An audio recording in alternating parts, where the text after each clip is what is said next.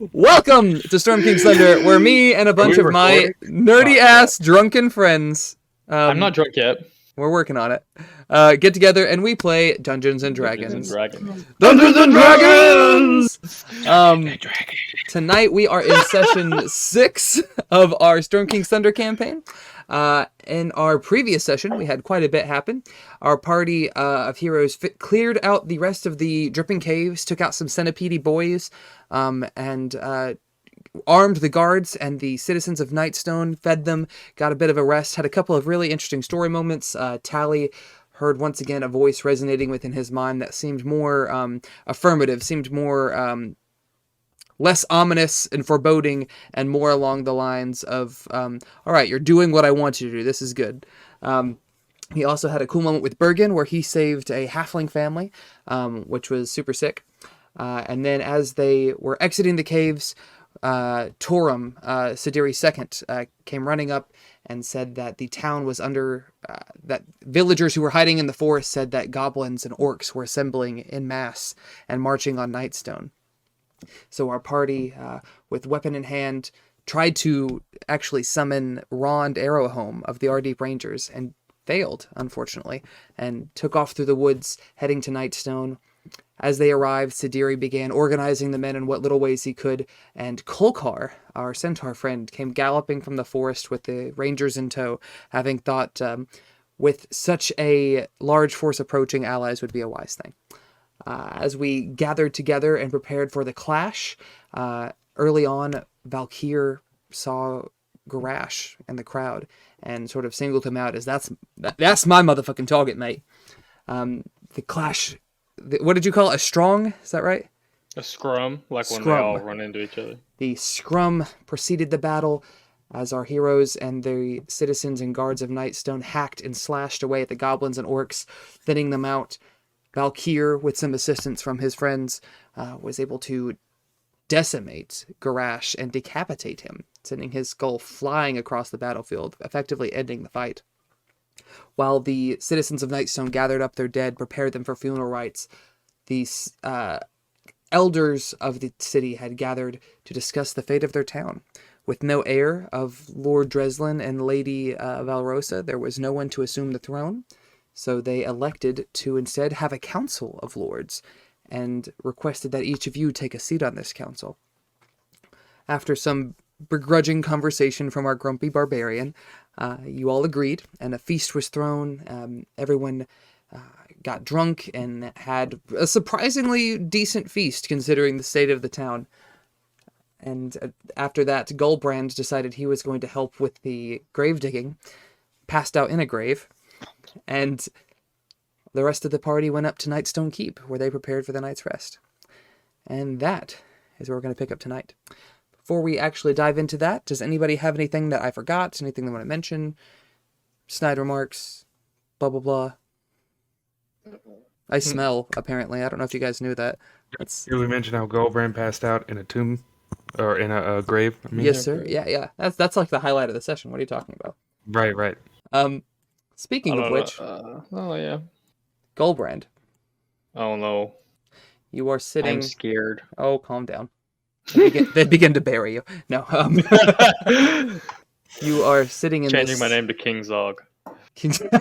I love it. You are sitting in this grave, unconscious, your legs touching the end of it, your back kind of hunched up at the top like you're sitting in a bathtub, your shoulders kind of like folded in on each other, and your head lying against the wall. And your dreams are wild and vivid. You were very conflicted about last night's events. You dream of your people, your long journey from home, and this unusual destination that you have arrived at, when suddenly a sharp blow to your jaw stirs you awake. You come to and squint in the early morning light as 3 figures sort of stand over the grave looking down at you. And after sort of clearing your head of this drunken haze and looking up, you recognize them as Hiral, the acolyte of Lathandar, Daphne Blackquill, the court scribe, as well as Riker, who has a shovel held backwards in his hand that just jabs you in the chin with the handle of the shovel, and is looking down at you, one part tauntingly, and disapproving, the other part amused to see this high and mighty blue bear barbarian in such a fragile state. Daphne clears her throat. Good morning, sunshine. As much as you are probably enjoying your nap, I'm afraid that we have business to attend to. Do you need assistance climbing out?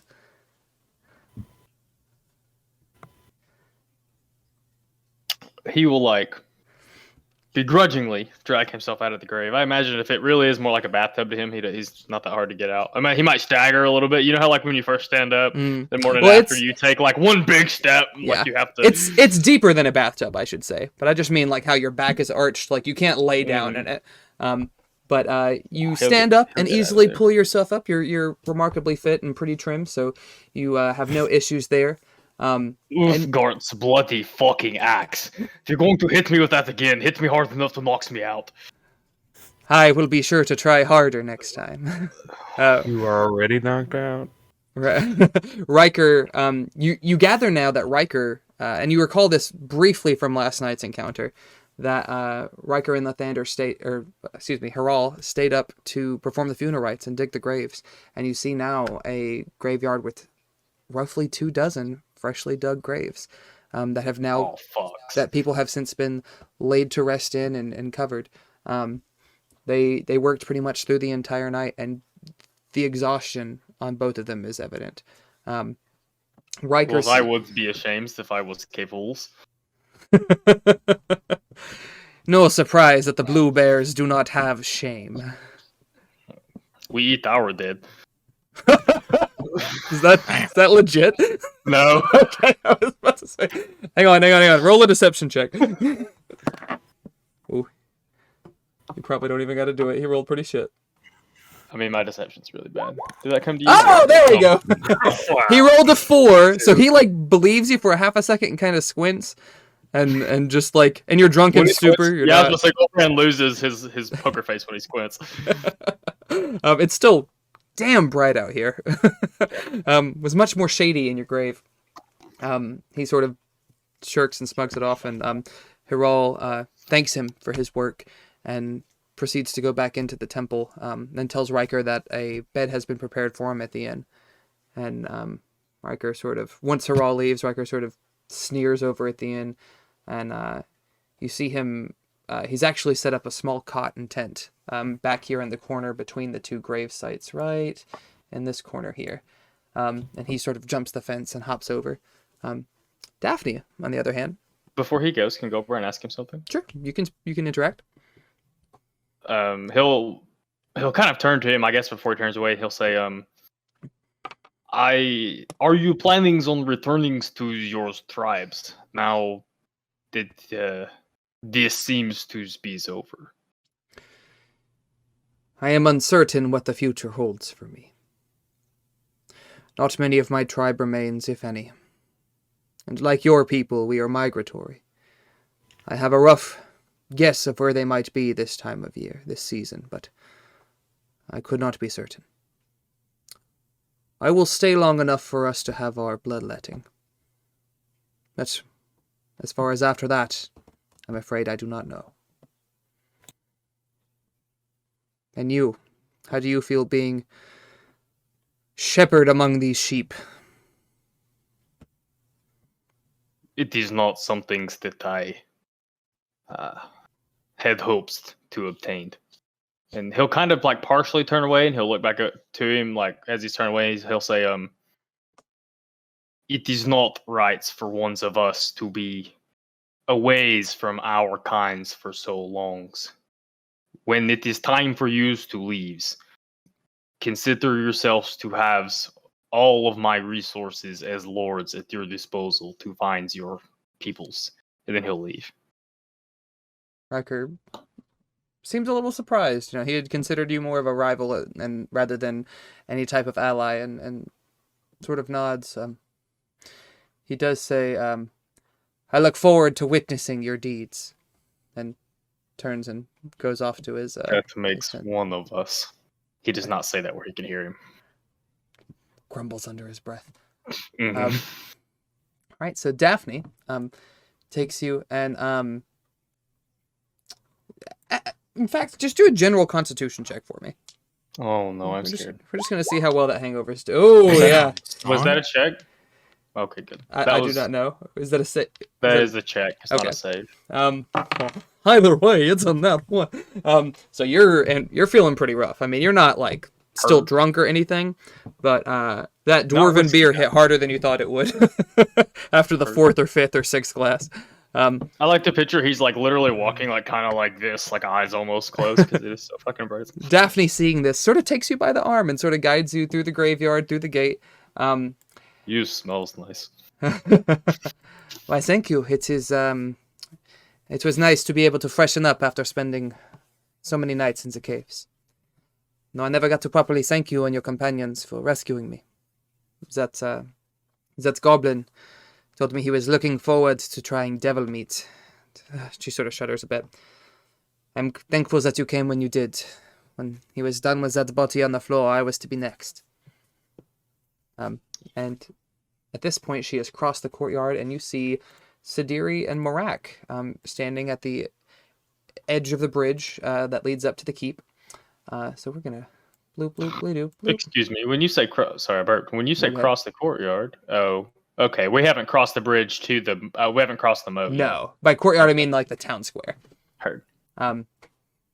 She brings you up to meet with the other ones, who both wish you a good morning and proceed across the bridge.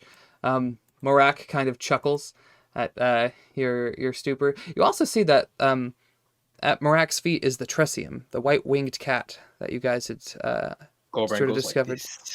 Like The cat does not reciprocate. the Tressium like kind of looks at you and doesn't like flee or anything, but kind of seems to be sticking close to Morak. I don't think I have spells. You get the feeling that Morak has probably fed this cat and given it milk quite a bit over its years here in the town. You guys make your way across the bridge and through the gatehouse, where you see Kolkar sort of on kneeled legs, having finished his night's rest, and he's pushes himself up as you guys make your way into the actual keep, where we see Bergen, Aku, Davos, Valkyr, and Talaband. They all just see a hungover ass Gulbrand being like escorted in by the. I think that's kind of funny. Valkyr kind of like almost like nut checks you, like just like comes up and like pops you on the thigh, like, "What's the matter, mate? Can't hold your liquor well." Fucks you. Goes away. I'll take that as a no. Fucks used to his music's mans. Music mans. There's a general chuckle among the group. And you see now that Sidiri and Morak are not empty-handed. It was sort of hard for you to tell, like, squinting as you came up the bridge. But you see that Morak has a tray of eggs, sausage, as well as a pitcher of water. And Sidiri is carrying a large chest with the familiar emblem of Nightstone, which is a golden fox with a rose in its mouth. As they they set up a couple of barrels from the half-destroyed kitchen, and you guys begin to sort of gratefully take the food, I assume, unless any of you choose to abstain. That's like, No, I'm starved. yeah, Gulbrand needs something to sober up anyway, so. Morak, as you guys are seated and eating. Now that your lordships have rested, I'm afraid that there is more work to be done. But before we get into that, I think some proper introductions are in order. I am Morak Urgray, and aside from being the innkeeper, I also serve as foreman, presiding over our construction and repair efforts for the city. And I am Sidiri Honla, acting captain of the guard, and perhaps permanent captain of the guard if you so wish it. I'm in charge of fortifications and defense. You've also met my lieutenant Torum Barek, who came to fetch us at the Dripping Caves yesterday. I'm responsible for training, arming, and coordinating our troops. And I am Daphne Blackwheel. I served as Our Lady's scribe and chief of staff. I'm responsible for collecting the taxes, paying the guards, and sending any formal notices or declarations to nearby cities.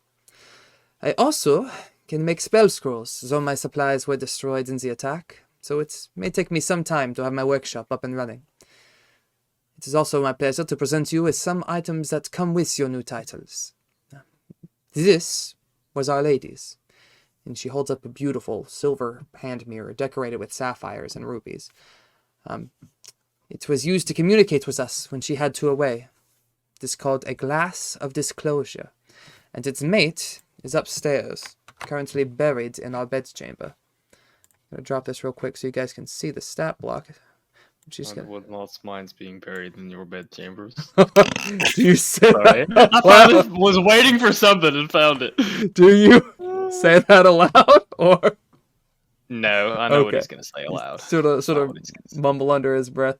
As she holds up. Too bad we don't have the mental link. Connection anymore. Sally doesn't know how to control it yet. You might. But as she holds up this mirror, you watch as your reflections grow foggy, begin to swirl like mist on a breezy day. And it fades to reveal a fine bedchamber with a plush bed, broken and buried underneath an immense boulder. The stone and crumbling ruins of the keep block most of your view, though you make out a bit of sky where the boulder collapsed, part of the wall in the room. Thankfully, the items are enchanted and durable, so we should be able to unearth it in a day or two. You are also welcome to the treasury to do with as you see fit. How durable? How durable? Is that yeah. what you said? Okay. I thought you said how adorable, and I'm like, no. He wants to know how durable the mirror is.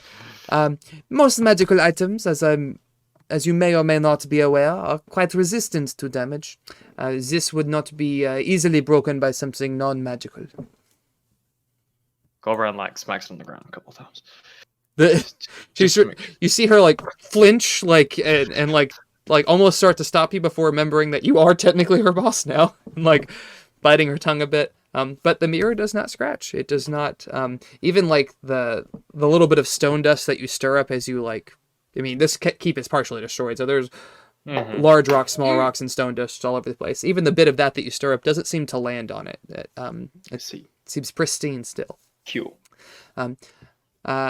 I also am happy to present you with the treasury, but I would point out some of this money is to pay the guards. And she hands you quite a number of things. She hands you, first of all, a bag of holding with 450 gold pieces, 870 silver pieces, and 620 copper pieces. I'm going to put all this in chat, Devin, so don't worry about it. Well, I am terrible, and I'm very sorry that I forgot to tally up all the gold we currently have. I meant to do that and totally forgot. I'm so sorry. We should have about a platinum now, it sounds like. A little more, maybe. About a platinum? You should have several platinum. Oh, wait a second. I'm sorry. Yeah, more like 10 platinum. Yeah. Right. That sounds a little better. But you guys had 800 gold already. Yeah, I didn't think it was that high, but maybe. Well, no, from the first encounter with the newly freed, you guys got 884 gold, 3,000 silver, and 278 copper. Or maybe that was after adding in what you guys got from the first Nightstone raid. We'll talk notes later. But she hands you that. She also hands you a velvet sack that contains 1,800 silver pieces, which she mentions is the guards' pay, and says that it would, if you would like, she would watch over that and make sure they get paid. You said all the silver was the guards? Yeah, well, there's silver in the bag of holding, but there's a separate sack with the guard pay, which is about 1,800 silver pieces. A silk pouch that contains 10 100 gold gemstones. A silver jewelry box, in itself worth 50 gold pieces, but contains 6 beautiful gold and gemstone necklaces, each worth 250 gold. So you guys just had a small fortune basically presented to you. She says, where did all of this come from? Most of it was Our Lady's. She did enjoy her jewelry, hence the golden gemstones. The golden gemstone necklaces. The gemstones in the pouch were actually for for material components for certain rituals that we would have spellcasters when available for spellcasters when needed. I do not want this to be to make you think that Our Lady was greedy by any means. She was very miserly and did not spend much of what she did not need to, except when it came to the city itself. She spent a good deal of gold not only repairing the city, but also seeking to improve it. and also bringing in people to aid us where needed. I'm also happy to inform you that the keep will earn 600 gold a month in taxes from the people, plus some additional gold for any excess food we sell to us other cities.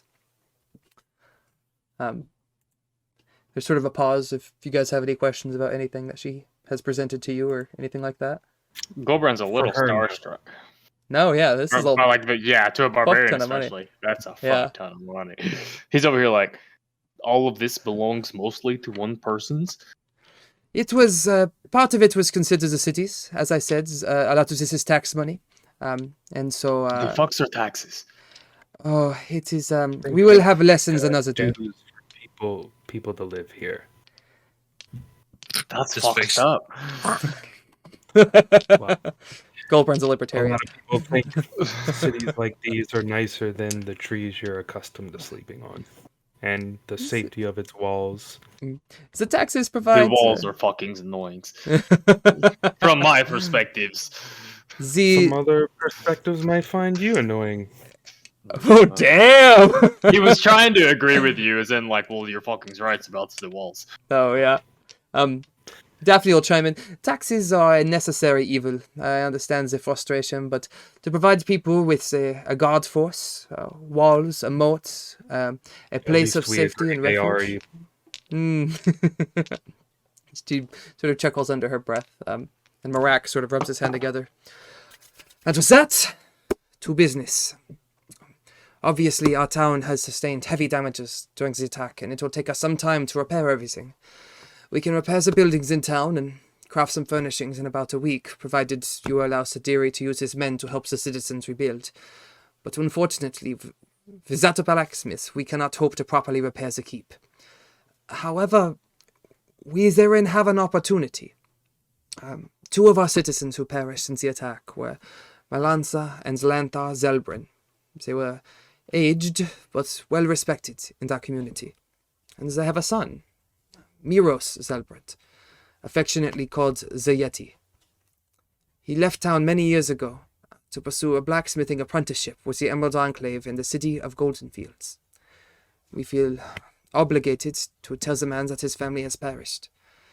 And if someone of authority were to explain to him the gravity of the situation, we believe he would return to help rebuild our city, and likely serve our citizens and soldiers as well. It may also help, and he sort of reaches down and sort of gently picks up the tressium, as you do a cat that may or may not want to be picked up.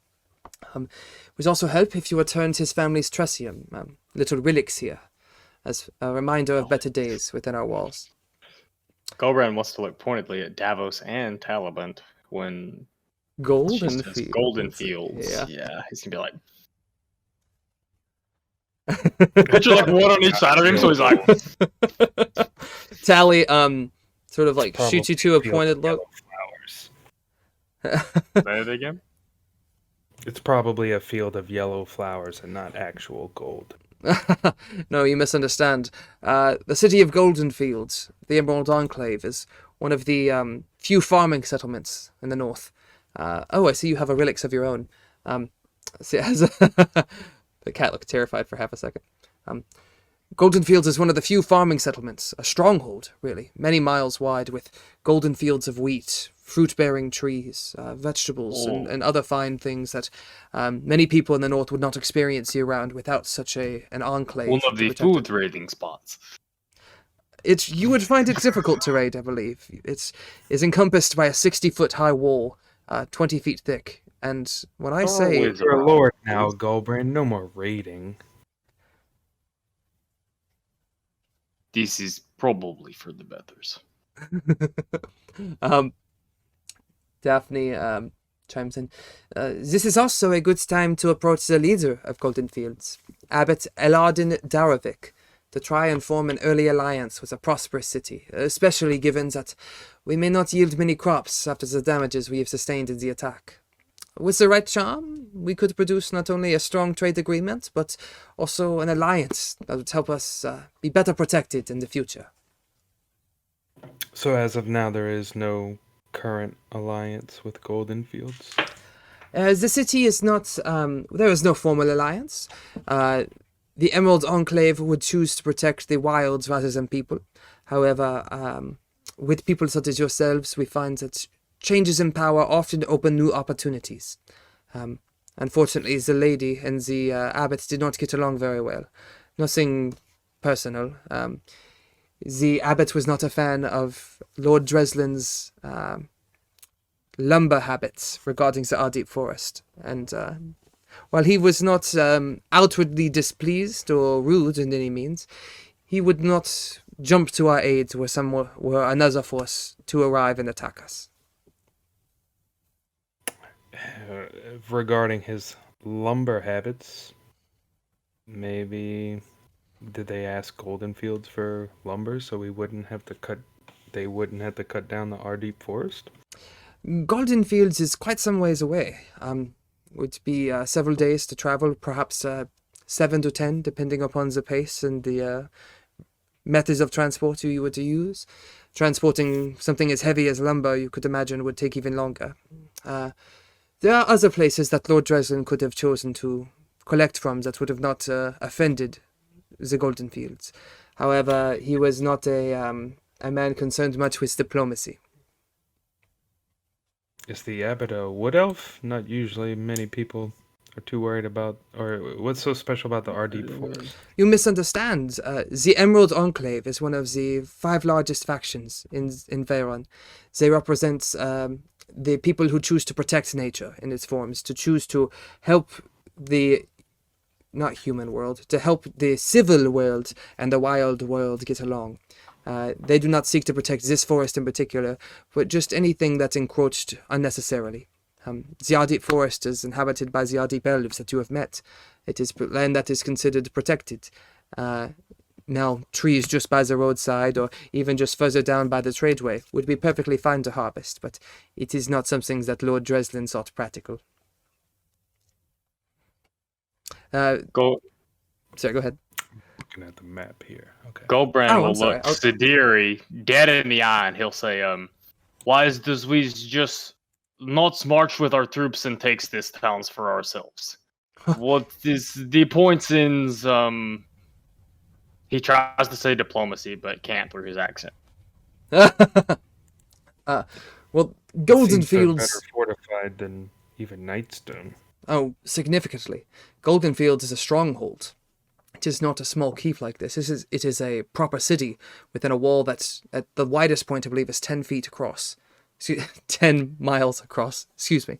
The wall itself. You said 20 feet thick earlier. Yes, it is 20 feet thick, but 10 miles across from edge of the city to the northern edge. Plus, they have many troops under their command, but their support in a large conflict would likely double our forces. Speaking of alliances, Rond of the Ardeep Rangers was thoroughly impressed by all of your deeds and selflessness. Last night we forged a treaty that doubles the number of our troops. His rangers will keep an outpost on the edge of the Ardeep forest. Did this without our permissions? It was not so much that we made a treaty, as it was he offered his assistance. This was also before our crowning ceremony. It was part of our discussion out in the field of battle. Gulbrand grumbles to himself.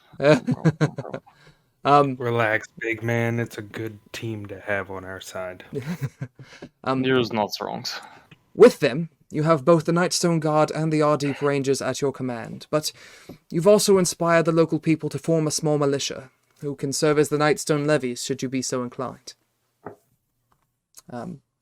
Devin hates that. Gulbrand does not, but Devin hates levies? That. No, yeah, it's pretty fucked up. I thought about if you guys use them and they take a bunch of casualties, having like certain NPCs disappear. So be warned, levies are literally, most of the guards are faceless, but levies are literally just common people, farmers, citizens who take up whatever weapons they can find, pitchforks and scythes, and fight for your city. Emergency. Right? Well, they're like the frontline troops. The theory is that they slow down the enemy forces enough for your forces to deal some damage. Fodder. Yeah, basically, fodder is. Yeah, historically, that's exactly what levies are. They gathered up all the farmers and made them stand up front and die while the archers rained down like. Ugh. It's pretty fucked up. Yeah. Especially like if you try to run, they're just gonna kill you anyway. So. What of Waterdeep? Do we have any potential allies there? Waterdeep is a much larger city, one of the largest in the north. They have little interest in forming alliances with small outposts, as they would see us.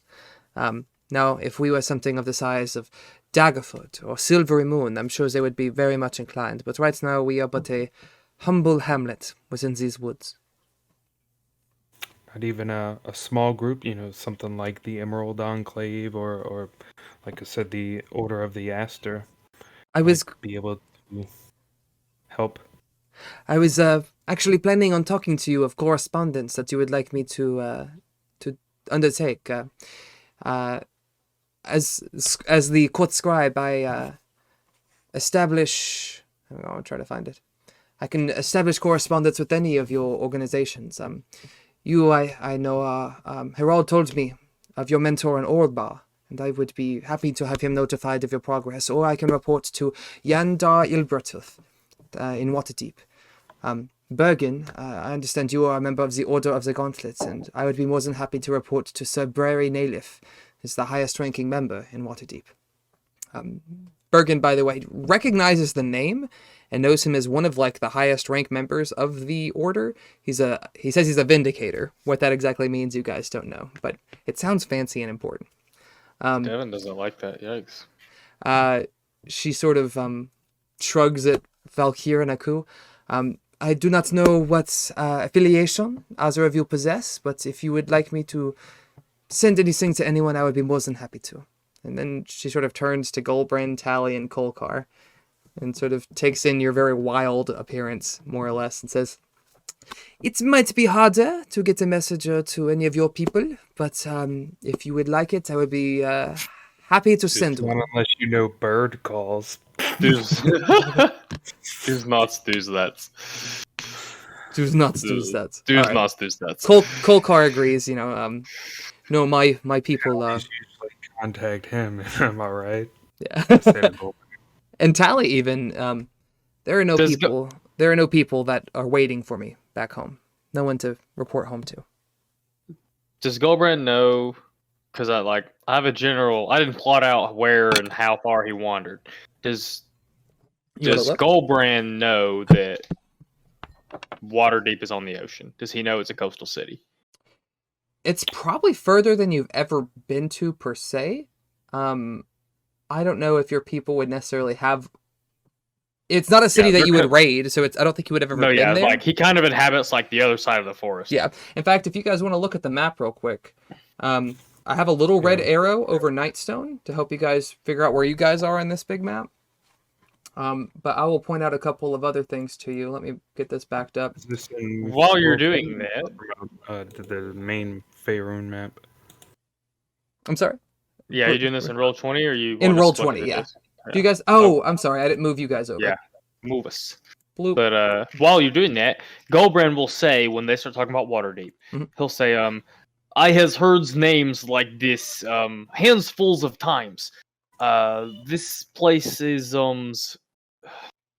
he's never seen the ocean. This place, it is there is lots of waters." Well, it is water deep, no? Yes, there is quite a bit of water. It is both a coastal city as well as right on the river Dressium, which is to our north some way. Waterdeep itself I do not know these words. Coastals? You just think of it like a very large lake. Does it sometimes spin? You've never seen the Sword Coast? Coast. More big lakes? Yes, more or less. Land meets water as far as the eye can see, and then some. Gulbrand gets a really funny look on his face. I need to seize this. You in time. You mentioned the water spinning. Do you mean waves? You surely have seen waves on rivers and lakes, no? Gulbrand tries. Is there paper around? Like a paper quill or something? And Daphne even whips one out for you. I was about to say, he would try to draw a very shittily drawn world. Roll a... Will this be a sleight of hand check? Would this be a performance check? I'll let you pick. Sleight of hand or performance? They're probably equally as bad. Where are they at? Sleight of hand is 0. Performance You is are negative one up. 1. I've seen rivers. Yeah. Hey. Yeah. 14. I've seen You make a rivers. fairly decent drawing. You guys I am gather, looking for ones of these. and Davos, you actually said it a second ago. It looks very much like a whirlpool. Like a sea monster? He didn't doodle it, but you could ask him. Yeah. What I mean, I There guess is. canon-wise, like, where else are whirlpools but sea monsters? I don't know. Silly. That's what's like. So, from Basically. Gulbrand's point of view, he's never seen the ocean. He doesn't know what it is. He's looking for a whirlpool with no context on like what the fuck it might actually be. No, it's not like this. We'll see when we get there. You'll understand once you see it. It is magnificent in a way. Hearing you guys I've talk only about this. seen it once when I was young, to be honest. Oh yeah, because you lived pretty good bit inland too. But I've seen rivers and such. Yeah. Well, and Gulbrand has seen rivers and lakes and such, but nothing of this magnitude. Morak, the trip to Goldenfields is not terribly long. As previously said, it would take 7 to 10 days. If you choose to travel by foot, on a normal pace, it would be 10. At a fast pace, it would be 7. Or if you were to choose to take a wagon, it would be 7 as well. Waterdeep itself is about 3 or 4 days away. Meta-wise, why would a wagon take just as long as... As on Because foot. It's not a horse galloping, it's a horse pulling a wagon. It's not wagon. It's not quick. It's just easier on you guys. A little bit. So I you guess. can pull supplies and stuff. Yeah. Don't you children's travels on horsebacks? Would it be faster? Unfortunately, most of our horses were scattered in the attack. While we have reclaimed some of them, we do not have enough riding horses for you. Even if you were to take all of our riding horses and our draft horses, I do not believe we would have enough to have all of you mounted. You lost Gulbrand when we started talking about different kinds of horses. Also, you are a big man. You would probably require a draft horse. He sees an opportunity. He's debating taking it. One normally used to pulling a giant plow, which, based on your performance last night, would probably be the equivalent. Let's say Gulbrand needs a war horse. Do you say that, or he probably wouldn't know what that is. Gulbrand doesn't really. Yeah, he doesn't really Yeah. understand the difference between horses. Maybe He's still we stuck on can- big man. He's like, he's at attention. Gulbrand's Maybe nipples we can visibly buy hardened. some horses in Goldenfields. Maybe go there either with a wagon or on foot, and then buy some horses to bring back. You most certainly could. Goldenfields is a very large settlement that no doubt has steeds, food, many things to spare. I should also tell you that 2 people in particular have asked to see you today. Miss Taylor Summerhawk, who you, Lord Bergen, had saved yesterday, along with her children. She would like to thank you. And then Davos, Hirol asked if you would stop by on your way out, should you be leaving, and speak with him. He has something that he needs your help with. My help? Well, yeah, of course. I will see him before I go. I have much to ask him as well. Fantastic. If you do not have anything else of us, we will be departing, no? They give a nice long pause.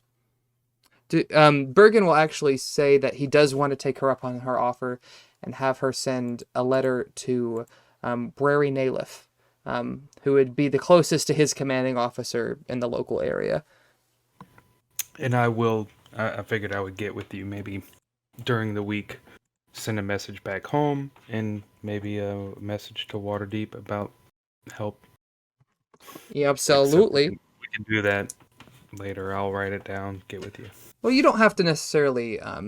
You gather that as court scribe that she typically, like it's, if you send a letter back home, hey, I'm a lord now. That's people at home might believe you, but the people in Waterdeep might be a little questionable. But with the official Nightstone seal with wax and all that, it's a little more formal for such communications. But if you have anything you would like me to say in particular, I would be more than happy to hear it. And we'll say that you give her the details, and we will talk later. Right. Davos exactly. and Bergen send mail. And not to sound uneducated, Aku, do your people ride horses? No, we do not ride horses. We walk. It is it. What about riding in the back of a wagon? No. Okay, maybe yes. I will do. I mean, it was either that or the jail cell that you're accustomed to. No, it's okay. Very good, yes. If you say that out loud, Daphne gives a little giggle. As far as like, if it were to ever come up, Aku, you would probably have a similar thing as Gulbrand, where you could, like, a very large horse you could probably ride. But yeah, you're 300-400 pounds easy. You're a big boy. So yeah, you would need a war horse or a draft horse of some type. But there's nothing like racially that says we don't Whoa. ride horses. Or is there any moral No, thing? moral thing. You might kill the horse, maybe. Right. You ever talk to that one stable hand outside of Riften in Skyrim, where he's like, "Oh, I crushed a horse once when I was drunk." Yeah, that would be a coup. If you guys don't have anything else for them, oh, sorry. Are we in a war room? Is there a map on the table? Can Gulbrand see what Devon sees on this map? There is a map in your inventory. And if she would certainly lay it out to, or you guys could certainly lay it out. Are we passing by Waterdeeps on the ways to Goldenfields? Yes. If you look here, and she points to where the red arrow is, this is where we are currently.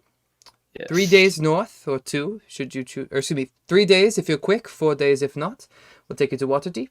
You will then go up to Red Lock, and then a couple of days south will bring you to Goldenfields. Interesting. You would be passing by most of the Sword Coast, the Ardeep Forest, the southern part of the Crypt Garden Forest, as well as see quite a few of the hills and mountains that give many places around here their names. And she will point, as she's talking to you guys, as I understand it, Lord Davos, you are from Orlbar, no? That is correct. Believe that is over here near Loudwater. It's actually not on this particular map. And I'm messing with the whatever the word for cat is. the Tressium. Tressium, yeah. Actually, it's a wing- winged wing- cat. It's a wing- it is a winged cat. wings. Yeah. Oh yeah. Likewise, the cat, like, you scritch it, and like 2 seconds later, it's like no, and kind of like shrugs you off and wanders off. Fuck off. I'm going to prepare beast bonds for that sons of bitch. You are more than welcome to take him with you. As we have said, it would be nice for him to have. It would be nice only for gotta bring Miros it to see him. I forget his name. What was the name of the blacksmith's son? Well, it is the blacksmith, Miros Zelbrun. His father nor mother were in the trade, but he chose to seek an apprenticeship when he was much younger. It is hard to miss him. He is covered in thick white hair. He also goes by the Yeti. This is in Goldenfields. So familiar. Yes, he is in Goldenfields. He is a member of... The Tressemere is his. Yes, it was his family's. He's had him for many, many years. This little fellow... those fucking legs we seen. Legs? You narrated at one point like legs sticking out from under like rocks that had fallen. Like no, those were halfling legs. They were hairy toes. You also know, in hindsight, that was the apothecary where you picked up the herbalism kit and put it back. You took enough stuff for a healing potion and took a healing potion, I think. I was caught, yeah. But shrug. Gulbrand will offer to go with. Oh, never mind. I confused something. Okay. If you guys don't have anything else for your staff, for lack of a better word, they bow slightly and begin to depart. We don't have to roll animal handling to bring the bad cat, huh? Not necessarily. You could choose to do it to keep it a little closer if you wanted it to ride particularly with you, or if you wanted to try to like keep it contained. Just, hey, is it coming with us or not? Do we gotta roll? Like, I want to take it, yeah, so we can, as a token, hey, look, your family's dead, but at least we have your cat.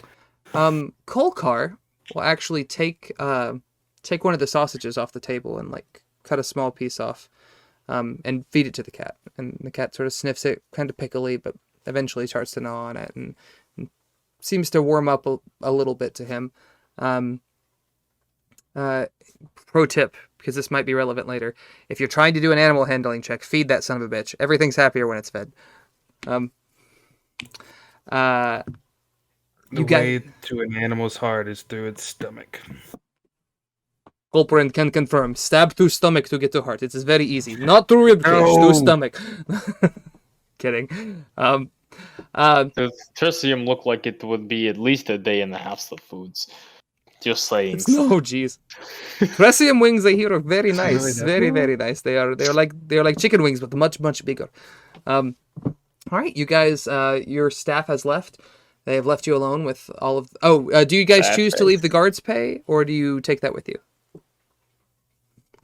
I'm good with leaving it. Either way, I want it to go to the guards. Okay. So Gulbrand's trying to keep out of logistical decisions. He does not really have any clue how to run a town. Do we have enough people for guards? Now you guys have a force of about 30.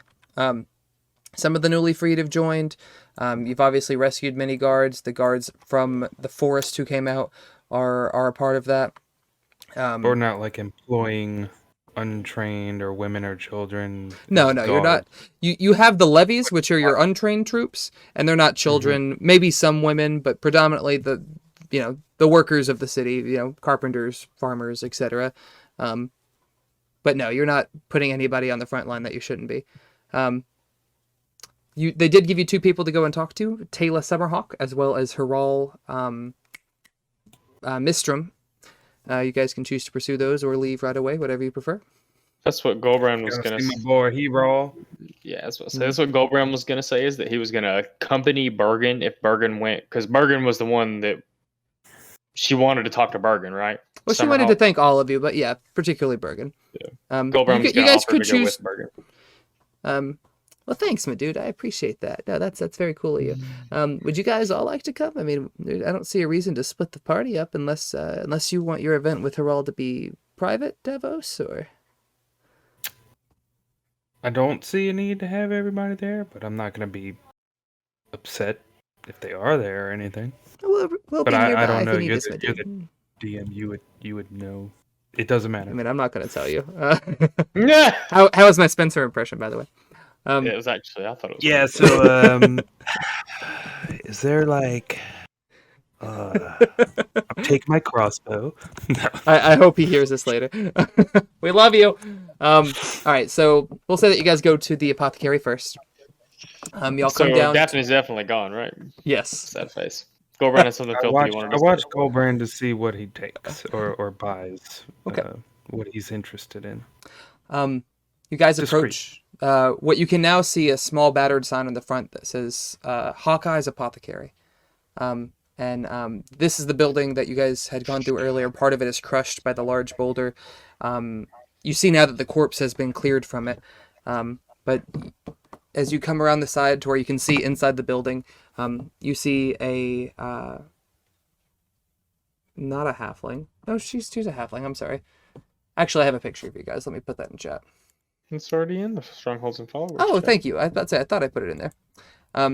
You see a halfling woman who is kind of shallow-faced. Her cheeks are sunken a bit. Looks, while not stern, serious, and wearing mostly green robes. She's rather pretty in a way. And there's 3 small children who are running about her, as children do, chirping. Joey's got a midget fetish. Well, you're not wrong. My wife's like not even 5 feet. She's she's like 4'11", I think. She seems so much taller in the background. My dog literally pulled her over one day. It's happened a couple of times actually. But as you come in, you see that she's thin. She has a pointed face, brown curled hair that goes just past her shoulders. Small bags under her eyes, small nose and mouth, and ears that have a slight point. Thin fingers with well-kept nails. She wears green and teal robes with a thick leather belt, leather sandals, and a single ring on her left hand. as you approach, she welcomes you. Oh, thank you, my lords, for coming to see. I'm doing the Daphne accent. Fuck. Hi, thank you, my lords, for coming to see me. It's been a harrowing few days, and it is good to be home. I have some things for you. I wanted you to take with you. And she goes and she picks up the same herbalism kit that you guys had saw earlier, that you now see has her initials on it, TAS. And she unfolds it a bit. And I apologize. Some of my supplies were misplaced in the attack, but I did have enough to make 2 healing potions for you, as well as this for you, Sir Bergen. And she hands Bergen a bouquet of spell shield herb. And she tells him, if you were ever under some magical malady, you could eat this and it would dispel it. Or you could chew on it for up to a minute and it would help you be more averse to spells. Does it cure hangovers? No, but I might have a tonic for that if that's what you're interested in. We do get a few of those customers after from One of those Miraxel's for me, please. Asking for a friend. One of those for me, please. She goes and pulls a vial that has sort of a bubbly blue liquid in it, hands it to you, and no charge, my lord. Gulbrand tries not to look ashamed. He tries not to look ashamed. I kind of feel like Gulbrand wouldn't be ashamed. He's a barbarian. He's pretty used to it. He knows no shame. Yeah, he takes things he wants. That's a pretty common barbarian thing. Easy there, killer. He will chug it immediately.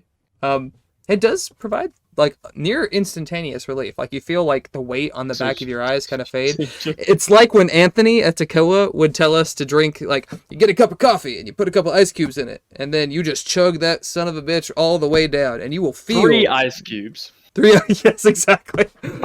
You will feel that weight disappear from behind your eyes. It's gonna feel much better for you, man.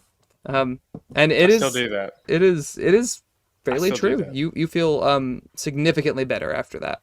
So she just hands Gulbrand a prairie oyster. Heard. Your prairie or isn't that a pig testicle? No. Oh, no. A gopher testicle? No. Mountain oysters are pig testicles. Mountain Prairie oyster. That's what I'm thinking of. Prairie oysters is a raw egg and Tabasco sauce and salt and pepper, and you shoot it like a shot. Ugh, okay. Well, she does not give you that. But you hangovers. You feel your headache go, and she does get a little serious. I'm afraid, my lords, that I have to ask. I lost something very, very precious to us in the attack. I don't know if you know, but my husband was killed in the attack, and I had a locket with a portrait of him that we had painted in Waterdeep many, many years ago. It's the last image I have of him, and it's exceptionally dear to me. Have you found any such thing in your travels? Have we found any such thing in our travel? You have. Did I find it raiding the thing? It is I in found your to put everything back except the stuff to make healing potion. It is in your bag. You didn't find it in this room, I think. You found it, I think, in another building. One of the goblins had it and was like coveting it. But it is a small silver locket with a portrait of a handsome halfling man within it, worth 25 gold pieces. All right. So I don't know who's holding the bag, but I would assume whoever is carrying the bag would give that to her. Now everything's in a bag of holding. Outside of combat, whoever can pull stuff out. We're not going to worry too much about that. Do you? And if no one volunteers, Gulbrand will hand it out to her. Like, oh, wait a second. I has a shinies that looks like that. As soon as you pull it out, she gasps and like, "That's it.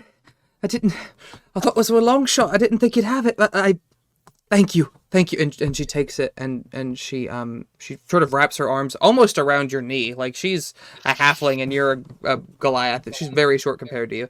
And she looks at all of you and says, I've been an apothecary for many a year. I'm a pretty skilled alchemist. I can whip you up a potion or a tonic or anything that you need. And once I have my shop back in order and can get some supplies from town, I should be good to make you guys whatever you need.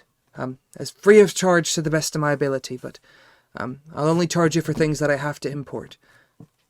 And like she opens it up and sort of cradles it in her hands, and one of the younger children comes up and said, "Daddy," and she just breaks down into tears again, and puts you can get that this kid, who's probably about 3 or 4, still very young, doesn't quite understand that dad is gone. A couple of the older kids, one's probably about 7, one's probably a little shy of 10, and they, they're being more reclusive in the back.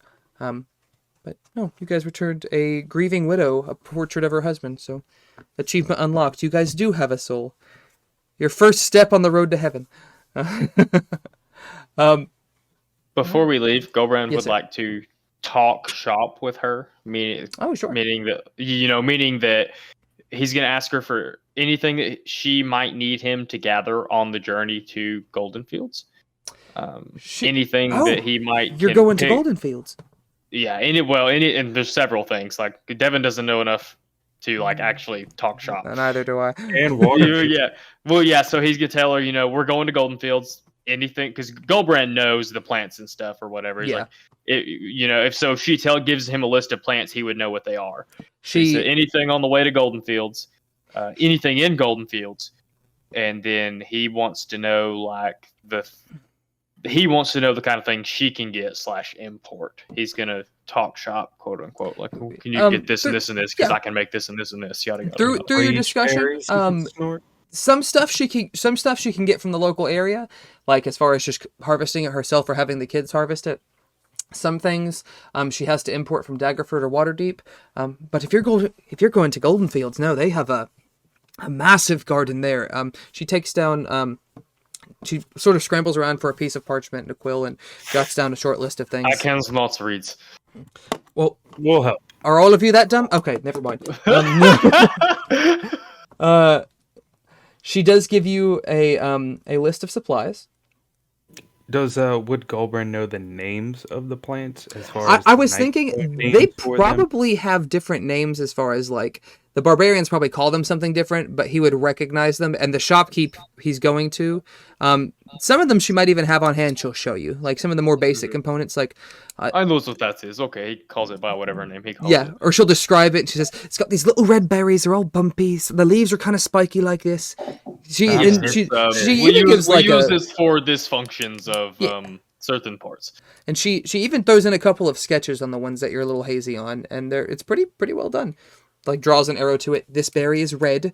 All right. Now these roots right here, they're a dark brown. If they're light brown, don't get them. They're not ready yet. They're trying to sell shit too soon. Oh, this is for Goldenfields. Okay, that he wouldn't know as much about. No, yeah. A lot of the things she's asking for is stuff that she cannot get in the local area. Stuff that you might be a little familiar with, being from the high forest and traveling around so much. But a lot of it's stuff from either the far north or the far south, or even near the desert in the east. Cool. Bugs. Could we get a generic price for those, just so we don't get bamboozled? I couldn't tell you what they're charging for them there. Sometimes I can get these things in Waterdeep, and they're not too expensive, but the people there are honest and good. I think they'll give you a fair price for it. There's actually the oh god, what's it called? The Wild Mother's Bounty? Not Wild Mother. That's Critical Role. Give me. Let's say a prayer to the Wild Mother. Give me about 35 seconds.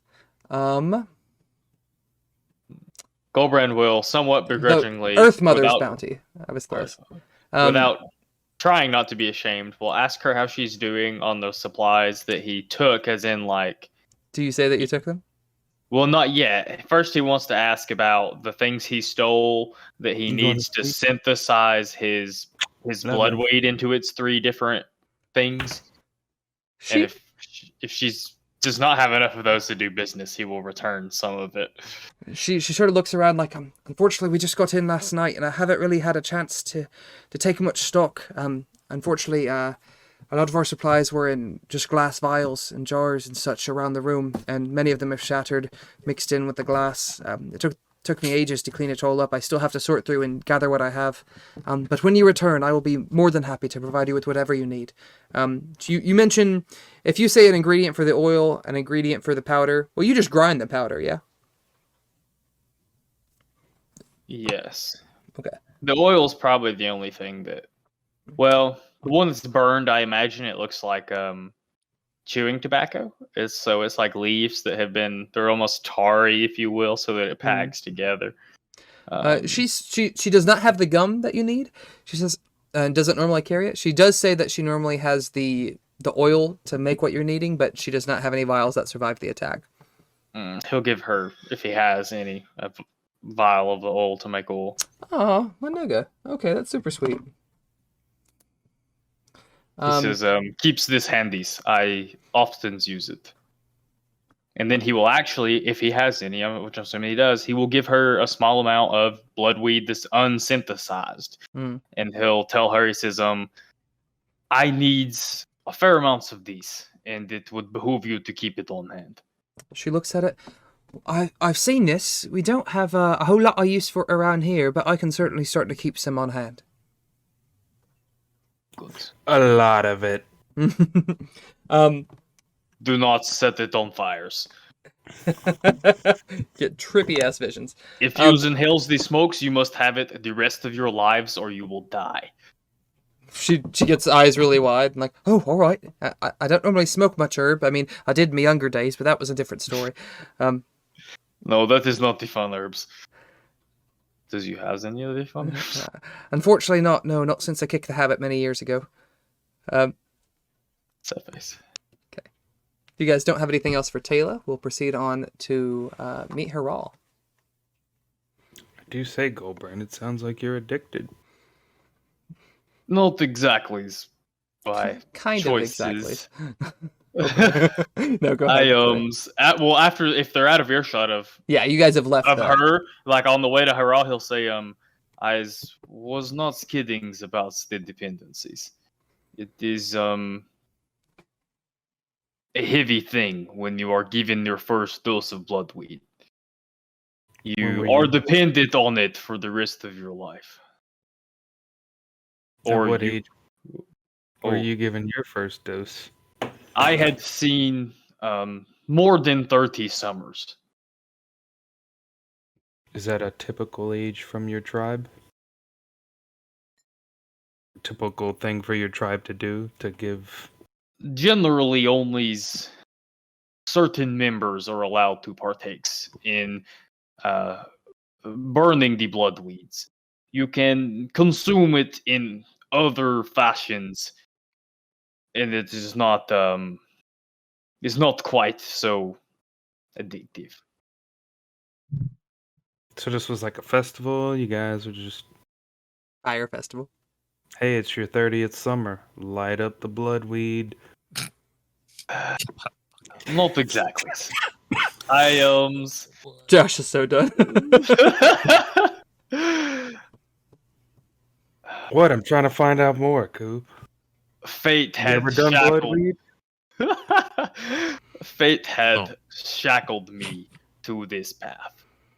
There was not much of any other choice for me or anyone else. It's heavy. And with that, you guys arrive at the temple steps. Tea break, beer break? Yeah, we go. Yeah, it's about 10:30. We'll meet back at. Let's try to aim for 5. I want to try to get to this next chunk of story so we can get to meeting some new friends. Yeah, 5. All right.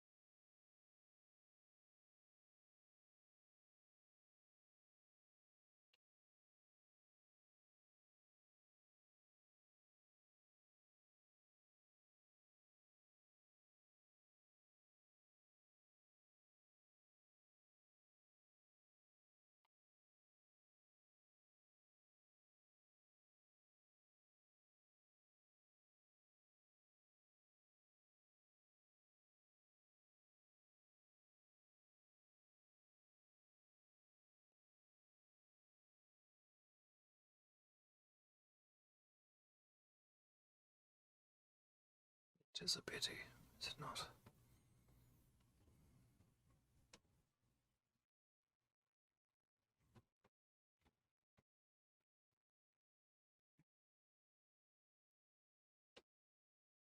Hey, my dude.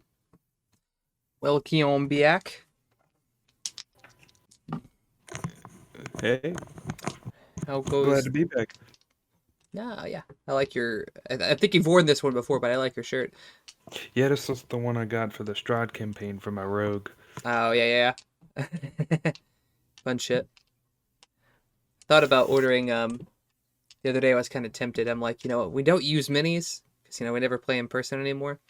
But I was tempted to buy just like a mini of Chewie just to have like an artifact. Yeah, there we go. Oh, Yeah, I bought some for the days that I might be able to DM for the fam, but cute. No, I that's got where'd you get them?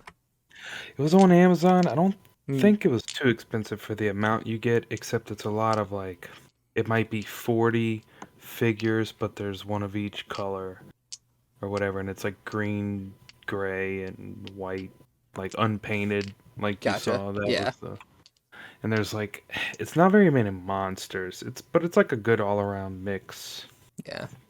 Like Yeah, you had the orcs, and then you got skeletons, zombies, even rats, and I think kobolds and dragons, which is what I wanted. No, yeah. Are the dragons like full size or are they like the same size as the regular minis? I would say like a coaster Yeah. size, There you go. and maybe like a couple inches tall. No, that's always fun when you get to break out the big shit. Like, Mhm. ooh. Like I was actually unpainted. looking.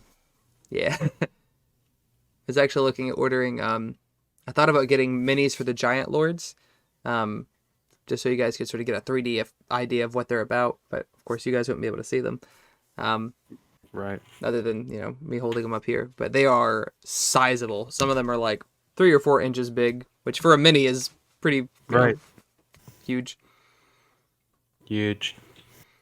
You can also get them like you could get them like real scale. Like if the average player mini is like 6 feet, and the giant is 25 feet.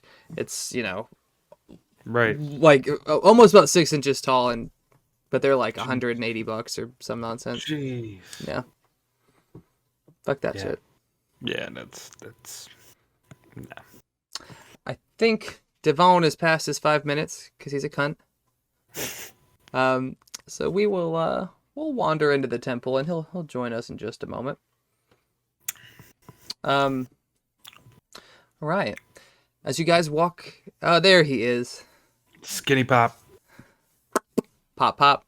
As you guys walk into the temple, it looks significantly different from your first visit here. The broken furniture has been moved to one side or cleared out entirely. The remaining pews have been lined up. The floors have been scrubbed, as well as the statues, though the statue of Lathandar still lies standing only half tall. The remaining pieces scattered at its stony feet. And when the party arrives, Kava and Akara are busy cleaning. Hiral, having just finished up funeral rites not long ago, is having a bit of the eggs and sausage that seem to have been delivered up to you guys as well. And looks up and sort of smiles as you walk in. Cats, man. Are you, I imagine, are all of you coming in? Is it just Davos? What's the consensus here? Gulbrand will wait outside if Davos. I don't remember if he was talking to you or to a character when he said that he didn't feel like everyone needed to be there. So, I think it was. but think it if was Gulbrand Davos. gets the vibe that Davos wants some privacy, he definitely will wait outside. We outside. What do you think, Dev? I've grown attached to you too. If you'd like to join me, Okay. maybe No. there's another quest. Was that a no? No. All right. Eiswell stands in There's the a literal doors. no. Hiral is seated on one of the pews closest to the door and apologizes. I understand that I am lacking a a bit in composure. I am quite exhausted, but I do thank you for joining me and for bringing your friends as well. Sort of looks forlornly over at the semi-destroyed statue of the Morning Lord, which, even though they've cleaned it, has some deep-seated discoloration in the stone. You'll recall when you guys previously came here, it was covered in mud and filth and refuse and just absolutely desecrated. Big old pile of shit. Basically. It is a pity, is it not? The image of our Lord shattered in this way, so disrespectfully. When I first saw it upon returning, it did make my blood boil. I nearly joined you on the field of battle. Could you I imagine? admit, when I first saw it, I had leashed my anger out on the goblins ringing the bell. I don't know if you saw half of his body here and half of his body on the other side. That was... We did find the the corpses. That was... your rage is nothing if not understandable. But could you imagine this ragged vessel of mine once more in the clamor of battle? I must thank Akara and Kava. And he points over to them. And they're at a distance to where they're not like eavesdropping, but they're still in the same room, for returning me to my senses. And more than that, for their aid in helping me tend to the wounded and purify the temple once more. But while their gifts are great, they are not great enough to restore the statue of our Lord. Nor am I, at least, not without aid. And from within his robes, he pulls out a scroll.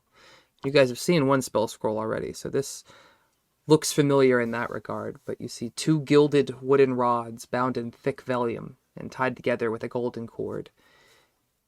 I have been holding on to this for many, many years and hoped I would never need it. This scroll contains the spell Stone Shape. It is a powerful spell, beyond the abilities of anyone within Nightstone's walls. But with your aid, Akara and Kava, we should be able to complete the ceremony. Even your friends, I believe Lord Bergen and Lord Gulbrand, this is a spell that they might be familiar with. This is a spell that they could assist with if they were to so choose, and if you were to desire that. It would increase our odds, if nothing else. But I will leave that up to you. Yeah, I would like their help. Gulbrand, do you think you could manage something like that? I have moved the earth on the occasion. This may be slightly more formidable, but I am willing to lend aid. Thank you. Do you... And I know Bergen's down. Yeah, my dude. I'm all about restoring the church. I get it, yeah. If my God was fucked up, I would want you to help me fix it. So yeah, we can make that happen, my man. Please. Oh, okay, that's... What? I thought it was him joining, but it was Spencer coming back. No, that would be perfect, though, wouldn't it? Us mocking him, not mocking him, mimicking him. The ceremony to cast the spell is quite intricate. While Haral unfurls the scroll at the feet of the Morning Lord, Kava begins to light censers and candles around the statue. Akara produces a long, single-stringed instrument with a bow, and Kava takes up a heavy brass bell and knocker. They see you take an eye to this. They will tell you... something about Kava's knockers? Shut up. It's a religious ceremony, you're a bastard. If they see you take notice of this, Akara says, "Worship comes in many forms, as does magic. As a bard and a paladin, you should know that's better than all of us." They begin playing as Haral gathers the other casters by the scroll. You can see now the thick vellum is laden with dozens of sigils from several alphabets. Dwarvish, Elven, Draconic, Celestial, all written in intricate, iridescent scripts that seem to shift color with the flickering candlelight. Haral begins a long, intricate incantation. And all of you need to make a roll with your spellcasting modifier.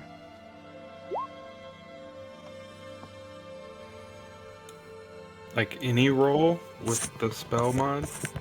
Yeah, so if you're, as a paladin, you're probably wisdom-based or charisma-based? Charisma-based. Charisma-based. So roll and add your charisma mod.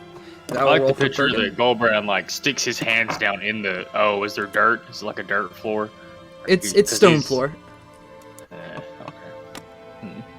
But you would, Gulbrand, where they are sort of reading the scroll, you actually are surprised that This is some things I do not need to read. yeah, you go to basically Earthbend and just trying a Yeah. refined form of it where you're focusing more on the stone than the dirt itself. Not So a plus two, religion that's a check 17. because that's Oh. an oh okay then no that's fine as long as you're adding a Charisma. modifier. No that's good. Give me 1 second. The whole that's not adding his charisma mod. But he Right, he plus- added it. He said 17. Hurt, All right. hurt. There. So, while the ceremony is not music necessarily, not music that you're accustomed to, Davos, you do enjoy the experience, the bells, the singing of the strings. Part of you finds beauty to see music and religion and harmony, and it sort of dawns on you that one is not whole without the other, and it gives you some peace in knowing that.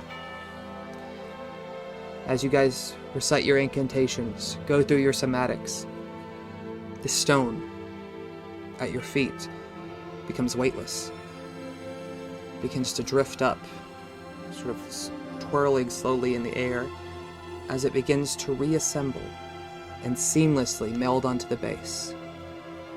Though the statue had been cleaned thoroughly, the deep-seated stains in the stone seem to be pulled from the coarse rock, and the effigy appears pristine and smooth. 1 part magic, 1 part nature, 1 part divine spark. The one remaining stained glass window behind the statue illuminates, filled with warm sunlight, and the statue is returned to its proper state, as if it had just been carved. Surely a sight to make Lathandar himself happy. Haral is in tears, wipes them away, and he sort of marvels in it. You see impressive plate armor on the broad shoulders of the statue, delicately carved robes, golden laurels resting on exquisitely chiseled hair, and a mighty mace resting at his feet. A hand ready with immaculate gauntlets bearing golden suns. And the face, while devoid of any features, it seems almost to smile approvingly, as the colored sunlight streaking in from behind it makes it appear little more than a silhouette. Haral takes a ragged breath as he sort of takes a seat again, exhausted not only from his night's work, but this rather difficult ceremony that you guys executed flawlessly. I must thank you for restoring more than just the statue today.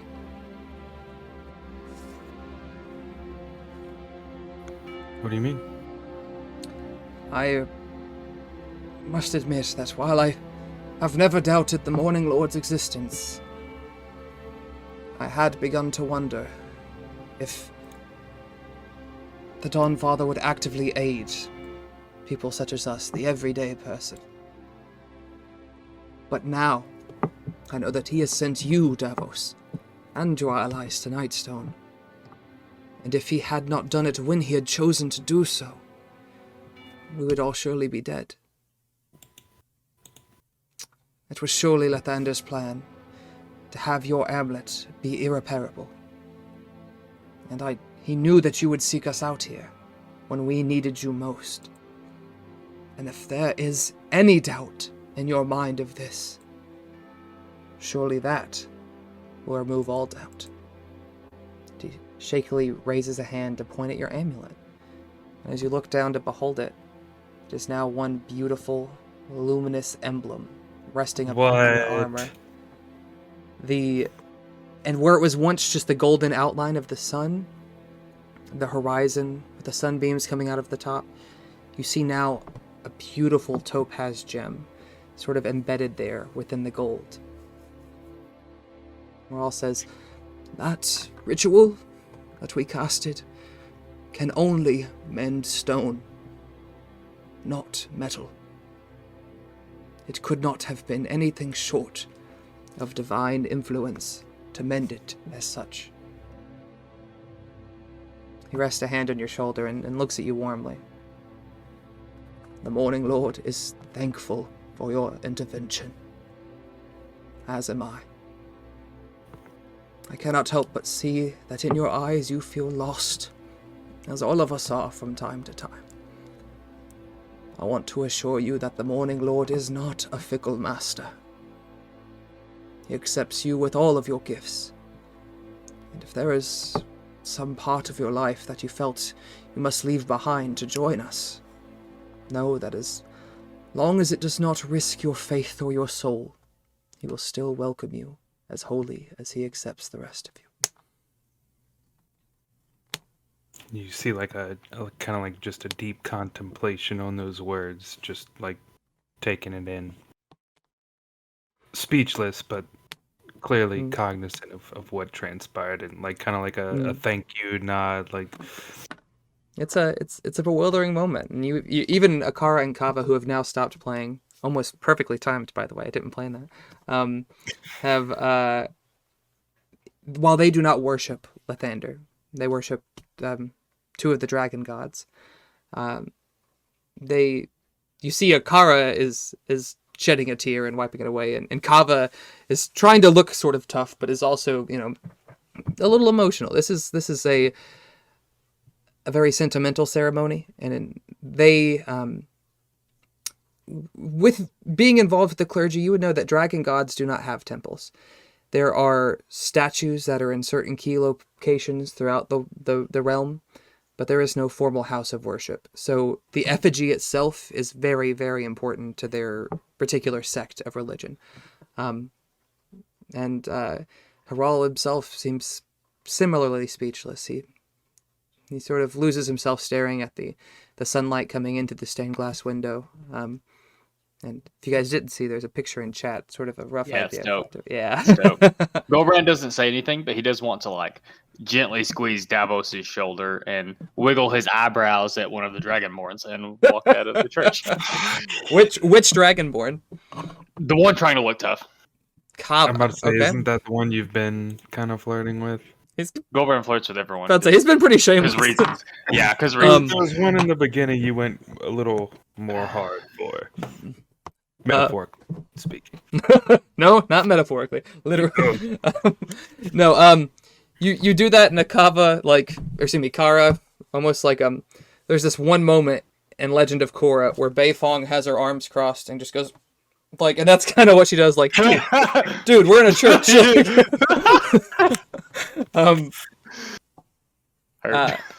Haral, again, thanks you all for your involvement in the ceremony, even some of your friends who were just observing, and are similarly speechless, and what they have witnessed is powerful magic. This is not something that you guys are going to be able to do for several levels.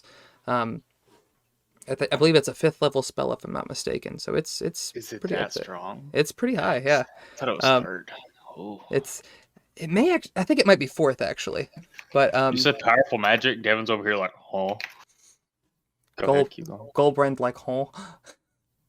It's 4th level, actually. 4th level, okay. I knew it was fairly high. So what you guys did today was miraculous. Unless you have anything else to say, Haral just enjoys resting in his restored temple.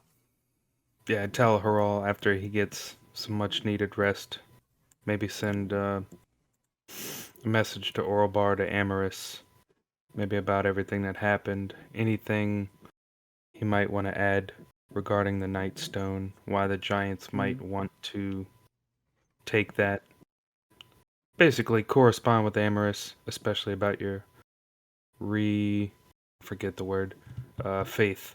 Not installed, but Restored? Restored? Restored, Yeah. reinvigorated. Reinvigorated. That's a good one. And say a prayer for us. Renewed? Renewed. There you go. We will Say a pray. prayer for us on our travels, and we will be back. We Or I will- will be. Where are you departing to? I'm sorry, I was not abreast of your travel plans. You're leaving, Sister Priest? We're headed to Goldenfields through Waterdeep. Goldenfields, yes. You must know, it is a haven devoted to the goddess Shanti, which you would recognize immediately as Lathandar's love. It's I don't know if they're formally married or not in the religious canon. The one that died and... Oh, wait, no, that's No. Helen's love. Yeah. Sorry. But you recognize it. It's almost beautiful because she's the goddess of the earth. He's the god of the sun. And, there's a relationship there. But Is she like analogous to Demeter? similar, yeah. And in this analogy, he would Lathander would be Apollo, being the god of the sun. But you gather that they Lathander's one of the chief gods. He's almost more Zeus than Apollo, but Yeah, he's a big 5e god. yeah. But you will be well welcomed there. And the abbot there is a good man. You can trust him and take him at his word. I wish I had convinced Lord Dreslin of that before his passing, but time Abbot is what it Darovic? is. Yes, sir. Abbot, I've got his first name written down somewhere. He rummages through a book, because I'm a fool and have no mind for names. Elardin Abbot Darovic, yes, sir. Abbot Elardin Darovic. Is there something you would like us to tell him, bring to him? Just... Hey, Haral says hey. He, it would not be amiss to mention that we send our regards, and we will be praying for all of you on your journey. It is a lengthy one, but I believe you will return to find the city in much better shape. It's actually just as long as a trip as it took me to get here to Nightstone, so... You are quite away from home. I understand that. It can be difficult to be on the road so much with little respite, but I know that the Morning Lord watches over you and will guide you to his places of rest.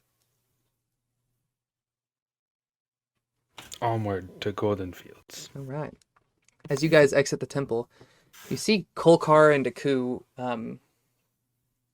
a little standoffish.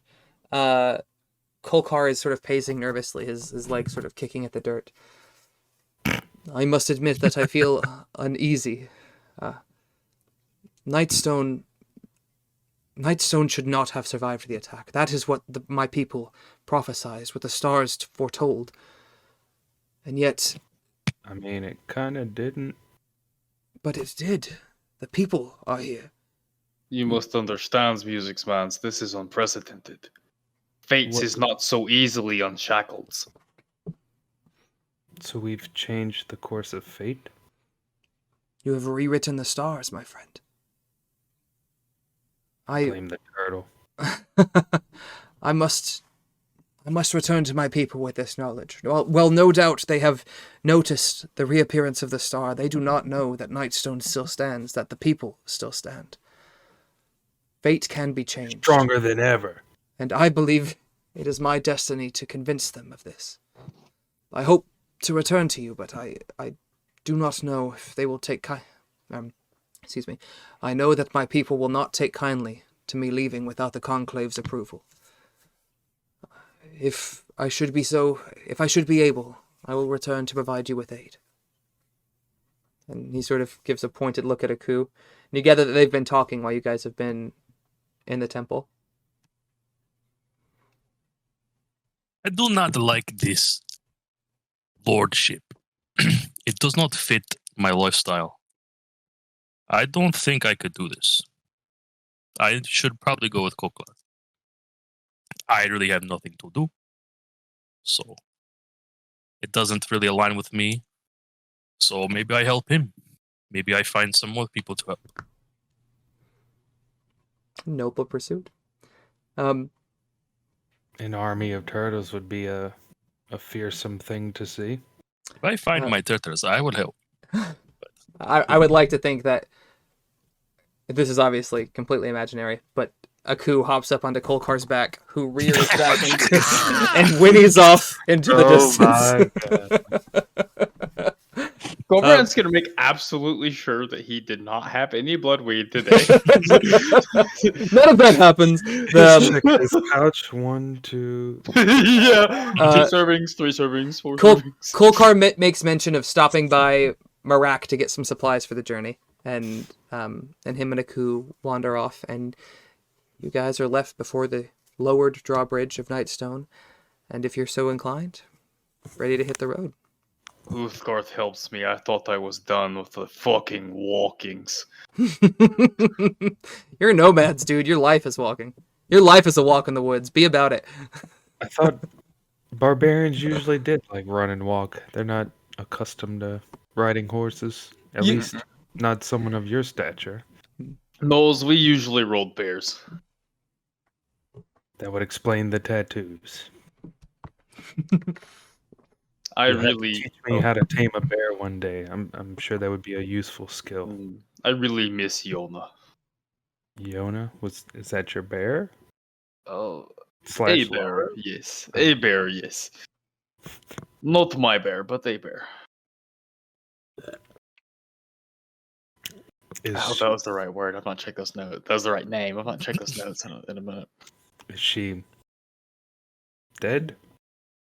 I hope not. Gods, you see like a vein jump in his head, like anger. I imagine you guys are talking about this as you're on your way, yeah? Unless you have reason to stay. Yeah. I feel we're jibber jabbering while we're walking. I need 2 people to roll perception checks for me. Oh God. I think Bergen has actually Tally has the biggest PP, so I will roll for him. Yes. Talibans Wu keeps an eyes out, please. He doesn't roll great. Okay, that's not too bad. Yeah, I'll keep an eye out, and you guys. That's a little too positive. Sorry. Yeah. Yeah, I'll keep an eye out. Regarding my talents from the Fae, I guess I could keep an eye out. Have you ever kept an eye out in the Feywilds? Wild look in his eyes. He like bugs a little bit. You see. Give us a heads up if you hear any more voices, eh? Can we say Taliban recast his psychic whispers? You can say it all you want. Message, but no, it's only between me and another person.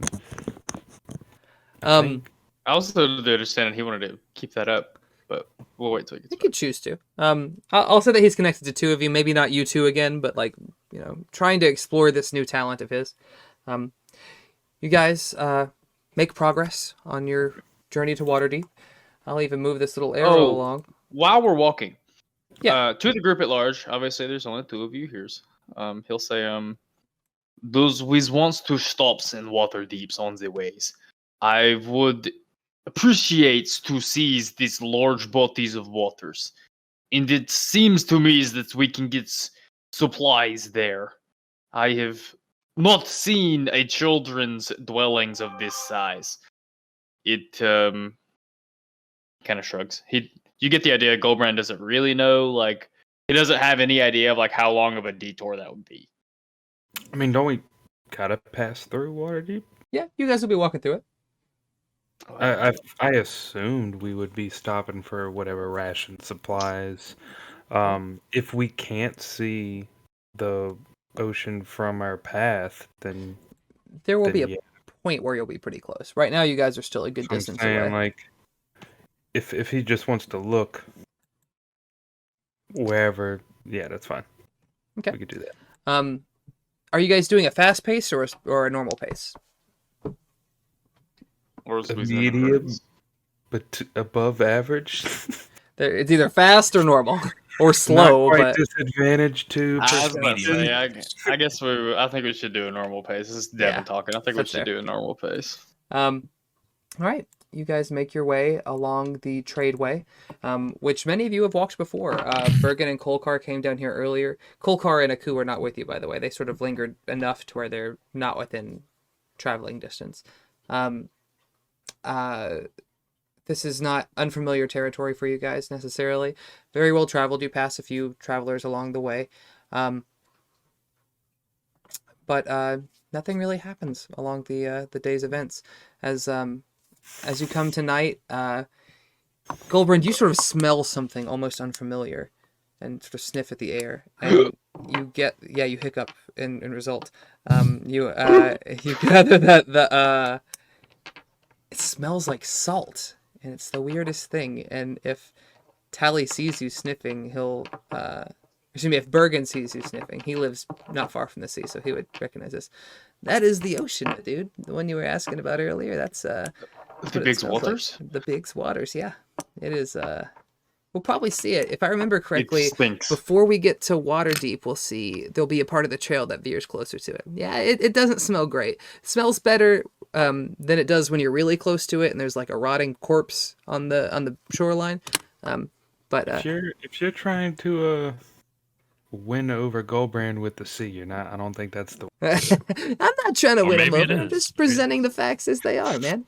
I want to play Spencer now. Most of you has seen this seas. It is you all seems enamored. We do seem enamored. Tally, I don't think has been near it. He has not lived in a part that's geographically close to it. Davos and Valkyr, like Davos said, they've seen it a couple of times in their life, but it's not like they make a trip to Florida every summer. Seen it as someone lived in the Underdark? Well, he lived in the Underdark for quite a while, but when he came up, they traveled for quite a bit. Okay. Heard. As a boy, hearing stories of pirates and all that, it has pirates? A majestic. What is pirate? Barbarians of the seas. Barbarians of the seas. There you go. It sounds like I mods likes these pirates. Something tells me you ain't got your sea legs yet. You have to grow other legs? In a matter of speaking. At this point, you guys are setting up your camp, preparing for a night. You're still near the edges of the Ardeep Forest, as well as some other woods. The Ardeep Forest is pretty enormous, but it's sort of contained to that one side of the road. But you guys are at a point where you're not quite away from it, to where you still have some tree cover and stuff as you set up camp. Let us roll some perception checks for watch. Before we start watch, I was going to do a different character, but instead, I will say, Davos, if you do not mind, will you take midnight watch with me? Sure. Good. He won't elaborate. Okay. So you're taking second watch with Davos. Tally will offer first watch. Bergen will offer last watch. Tally is going to roll. He rolled well. He notices nothing throughout his shift. If you two gentlemen want to roll. 19. Davos, you keep... Oh, did you roll twice? Or no, that's your one from earlier. That was the first one. All right, Do you want Gulbrand to roll? Because he's not really looking out. You're good. The 19's sufficient enough. You are... Davos, you keep a steady eye out, and Gulbrand, if you want to narrate. Yeah, so, while they're kind of while we're on watch and camp is set up, Gulbrand will look around a little furtively, and he'll say, Devils, can I trust you? I mean, yeah, of course.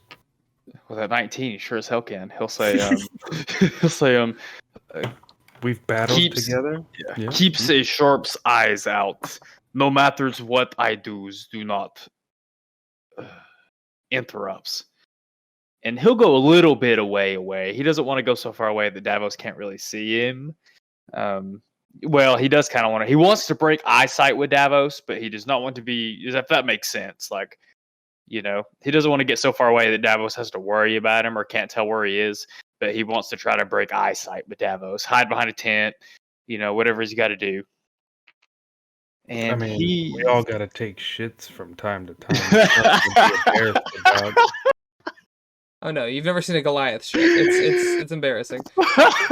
Does the bear shit in the woods is actually an expression we have. Does a blue bear shit in the woods? What do you mean? whatever happens, Oh,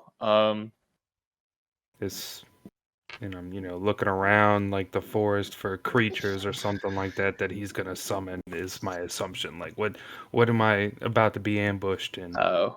you should not be in any dangers. But if I am to cries out, or even perhaps to act violently, do not respond. Me? I hope not. So I shouldn't defend myself? No, it kills the fucks out of me if I attacks you. Okay. That's only fair. Sorry, I have to find notes real quick. I feel like for you, time is of the essence, but perhaps we can discuss this more later. He says, Go about your business. He says there will be things to discuss in the mornings, I think. But mostly I need to know now so that you can keep us from being ambushed. I will be useless for a spans of time. Well, I've grown quite accustomed to that already. I picture at this point Gulbrand like pops him in the arm, like not a fist but like loose hand, like poof. It's still a pretty heavy blow. I mean, he's a big dude. Like, doesn't knock you off like you're, the stone you're sitting on or the log or anything like that. But it's if you weren't wearing armor, it would hurt. You were raised on a sow's tit. He'll go. He'll do his thing. Go ahead and roll for me. Are you choosing how many bumps are you He's taking? taking 3 hits. Oh my god! So that's what? That's -1 to initiative. That's roll with advantage, and then Okay. he gets a +2 to the roll. -2 initiative, -2 perception for 24 hours. Okay. All right. Remember that because that's gonna go in through all of tomorrow. Okay. Yeah. Yeah. He says, "All right, roll, my dude." What do you want me to make a wisdom check? I forget what we decided for this. We said it was interpreting the stars. And Typically, I go to whip my guitar out, but after talking with Gulbrand, you know what? I better keep this put away. So you do smell a particular smell that you've not smelled before. As Gulbrand does a thing of, I guess Josh hasn't heard him narrate this. So Gulbrand goes and kind of breaks eyesight with everybody. He takes out this small wooden censer. I don't know why I can't say that. That hangs from a cord. He packs it with 3 hits of bloodweed, which you've seen him talk about. Lights the censer. There's a kind of tablet-sized, because he's so big, I know I'm not that big, tablet-sized piece of obsidian that hangs around his neck. Takes that, holds it in his hand, holds the censer in the same hand, and he lets the smoke waft up into his face, and stares into this tablet for 3 hits, I imagine several hours. probably the entirety of your watch, yeah. And I think it's an insight check, is what we said. Heard. So go ahead and roll with advantage. And let's see what you get. Oh, glad you chose to take that extra bump, my dude. So that's actually the a second one come 21. Yeah, that's actually a 21, which is pretty damn solid. So, Gulbrand, as the smoke wafts into your face, it's you're lucky. This close to the sea, it's nearly cloudless, and you see in the reflection the stars, and as the smoke sort of blurs your vision and makes your eyes almost water a little bit, you see several things. The first is a bloodied Valkyr, mace in one hand, sword in the other, cleanly severing and launching Garash's head across the battlefield. This is something that has already came to fruition, something your previous block prevented from coming through. You see a castle in a sea of clouds with heavy steps leading up to it. You see a cloaked, horned figure firing fragments of metal over your head to an immense, tusked creature.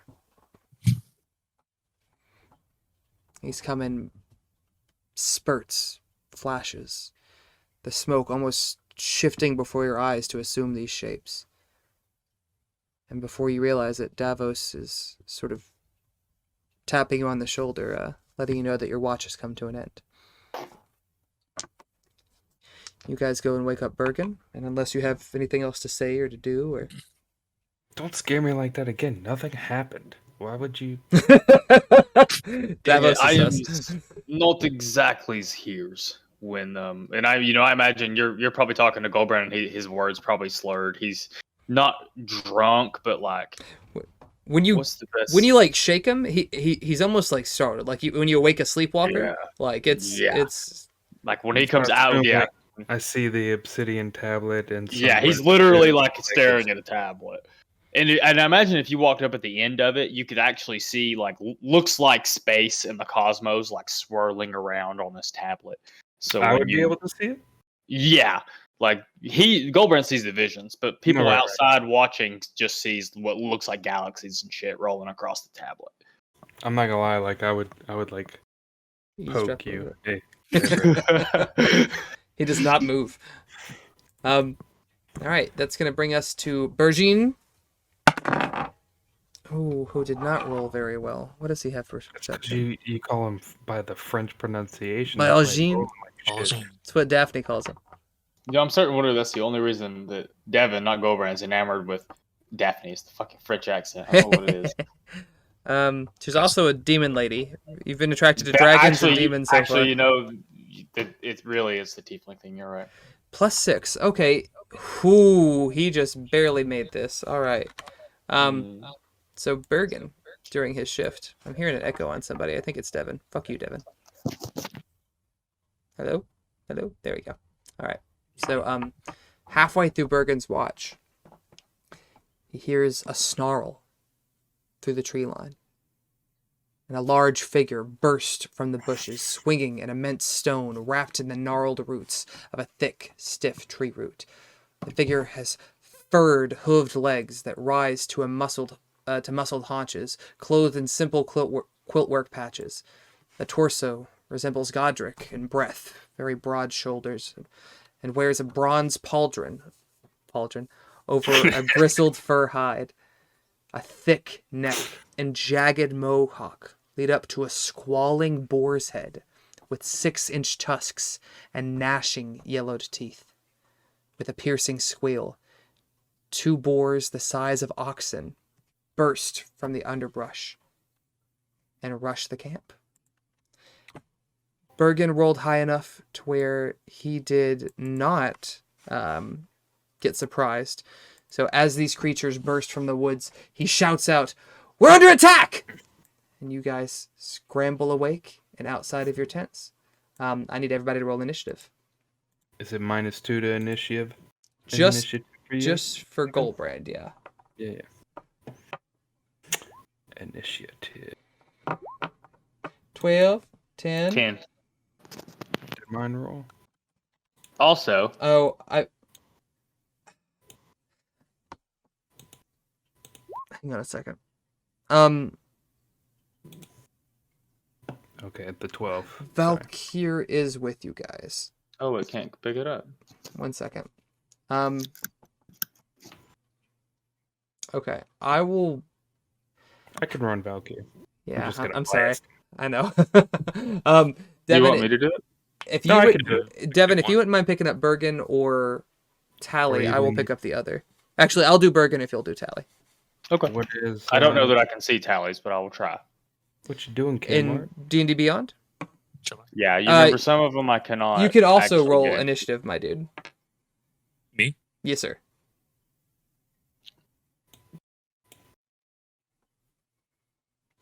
I love your little character icon there, Josh. Oh, popping off first thing with a nat damn 20. Okay, that's sexy. Joey, Yes, can sir. you run Taliban because I cannot actually see his character sheet? Can you pull up Bergen? Yes. Okay.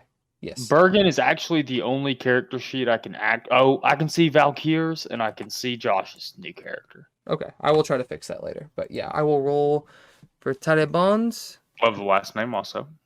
Thank you. It's still coming up as a coup. Yes, it'll. I need to fix you in It's all this sheet, but let me. Who the fuck am I pulling up? Fuck. Tally. Okay. Bergen, why do you only have 27 hit points? Oh, probably because I'm stacked. Never mind. She should have a little more than that. Now that we're level 4, maybe not. But he doesn't have tough and his con's Oh, only yeah. +2. All right, so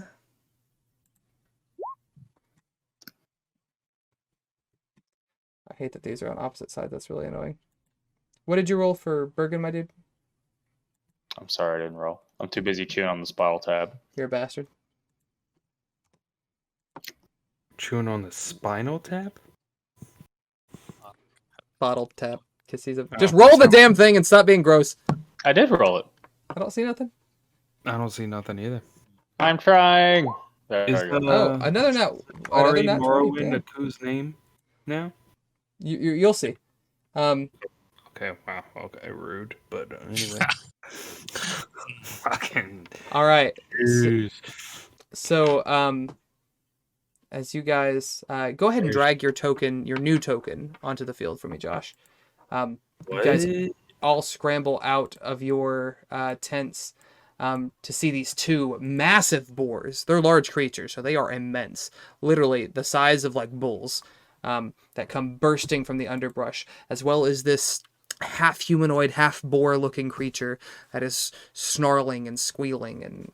But you suddenly hear a thunderous boom. And actually, why don't you go ahead and describe what you're doing, and then we'll get to that point. I'm describing like my actions necessarily, or just like describe your action, because they don't see you yet. Okay. They're more concerned about the big piggies coming after them. I'm taking my turn basically. Yes, sir. Okay, cool. I will go for this guy right yonder, and Which I would guy? just the whatever the fuck this is, the boar, I guess, on the right. The boar on the right. Okay.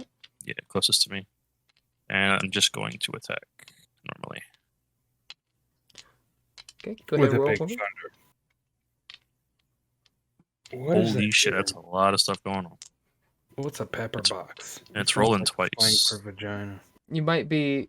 Are you rolling? I don't see anything in chat. I see it. I see it. That's You weird. rolled a 17 to hit for a pepper box. Apparently. That's really weird that I can't see that. You're rolling on D&D Beyond? No, roll 20. No, I read it on It came through roll D&D 20. Beyond. You roll, but okay, yeah. Huh. Well, that's peculiar. Let me look at one thing real quick, and then if I can't fix it.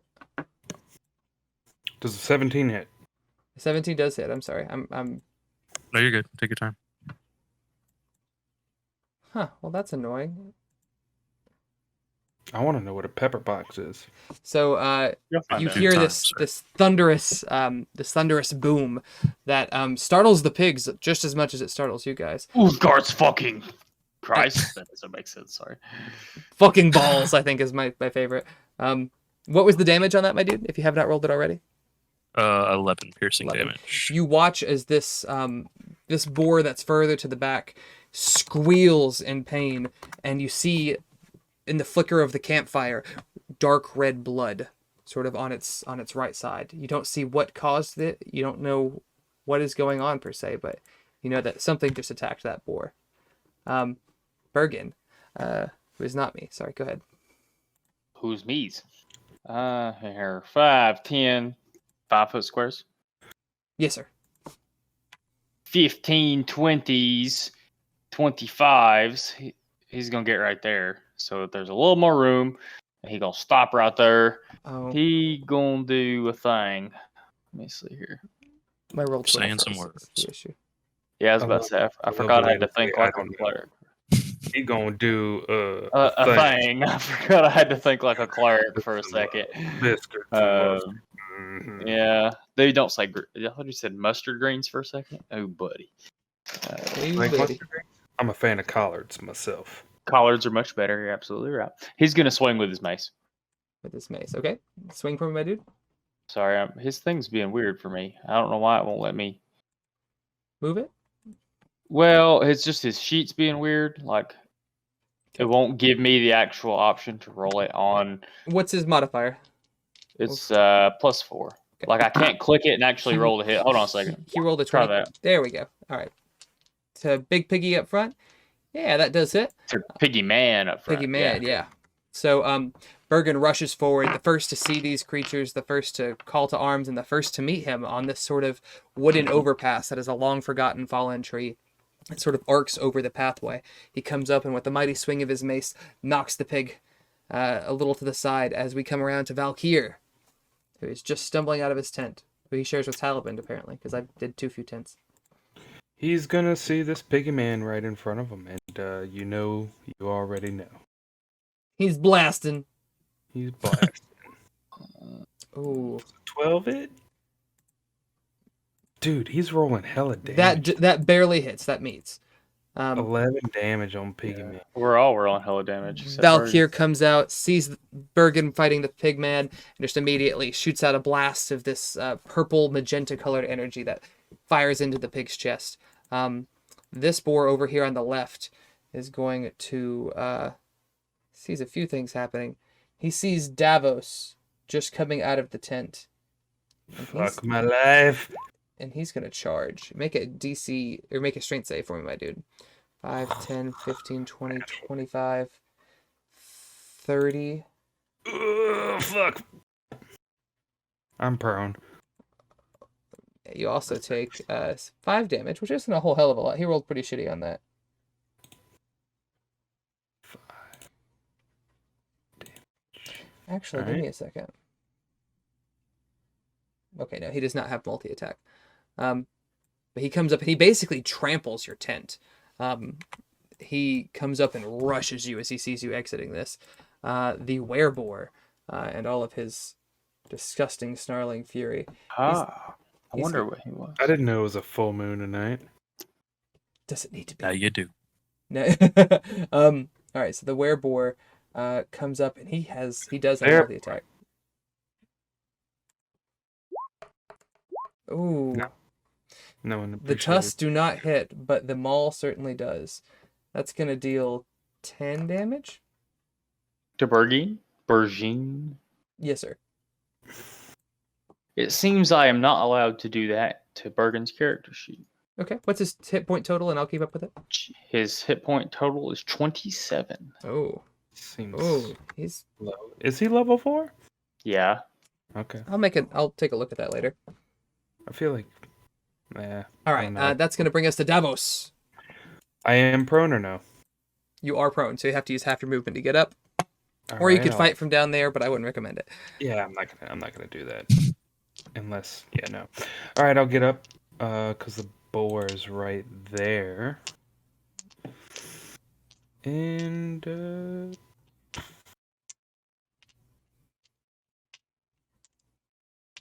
I'm debating Thunderwave or Dissonant Whispers. Dissonant Whispers. Pop that in chat. I think it has to speak a language. Let's see. I may be wrong on that. Creature automatically. What did he roll to hit Bergen? Oh, a 20. Not a nat 20, but a Never mind. Within range can. What is his AC, just so I know? 16. 16, heard. I was gonna shield of faith retroactively, but So the piggy has to make a wisdom save. His wisdom's not great, so that's a good call.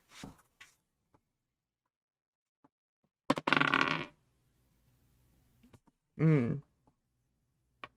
14, he does pass. You try to whisper sweet nothings into this pig's ear, and he's having none of it. That brings us to Giant Boar B, who is going to likewise trample through. Actually, something just struck him from the back. I think he's actually going to turn. He's going to make a perception check as his action. Make a stealth check for me, Joshua. Joshua, I'm sorry. I don't know why I do that. I don't do that.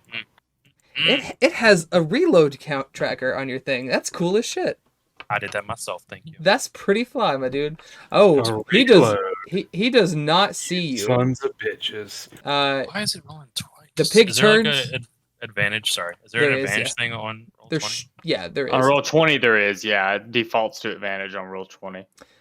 But if you're rolling from D&D Beyond, it shouldn't be. Yeah, doing that. But Whatever. I the figured pig turns, doesn't see you, and he's going to rush up. He used his action, so he is not going to be able to charge, but he is geared up and rearing and ready to go. Taliban, who is me. Taliban, stepping outside of his tent, sees this big old piggy coming up, and he is going to Throw almost some of them fancy daggers. about to say almost just instinctually shoot out his hand, and out comes a magic flying dagger. Also, how do you spell Kayakurim? I will put it in chat later. An 18 do hit.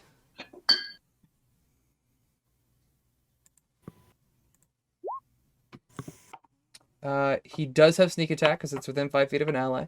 So a pink blade of energy flies out and stabs into this boar who's already been hit. And with another mighty squeal, it roars into the night. Almost echoes throughout the forest. It's a pretty chilling sound, actually. Gulbrand, your move, my dude. Gulbrand and his, like, I kind of imagine, you ever eat an edible and wake up the next day and you're still high as fuck? So, you know, he's like half crawling out of his tent, stands up, and he's like, fuck! Sees Davos on the ground. Would it be an action? Did you get up, Davos? Yes, did. I did. Oh, okay, so he doesn't have But to either pull way, you you up. still saw me. But he doesn't have to pull you up, so he's gonna come here. Decisions. He is going to go ahead and. So we have not completed a rest, right? I mean, we took a long rest from the. Well, yeah, but like, He was. if I pop Starry Form after I make this attack, he's gonna get that use back after this. We will say so, yes. Okay, so he'll swing with his greatsword at the pig. Davos is fighting 17 with. do hit. Let me see if this will roll their damage. Then is that their bonus action? He'll do the whole Starry Form archer thingy. He'll light himself up, make a bunch of fucking light, turn into a constellation. And he will throw his, instead of making an arrow, he makes like a javelin, like a starry javelin, and slings that bitch at this guy, this here wereboar you called him. I'm about it. 20 do hit. All right, my dude. So Gulbrand, pissed as fuck that his sleep was interrupted, tears out of his tent, lays a slash into this fucking boar, spits on him, and then throws a starry javelin at fucking wereboar over there. It's All a right, spectacle to that's the end behold. of his turn. Aku. Or, I'm sorry. Should we... Yeah, we'll go ahead and Okay. say your new name. Zatari. I meant to ask if Gulbrand sees him. No one sees him yet. He is Okay. thoroughly hidden. We just hear thunder, and I'm looking in the sky. I don't see any light. Are these 5 foot squares or 10? 5 foot. At the end of his turn, Gulbrand wants to say, "What the fuck was that?"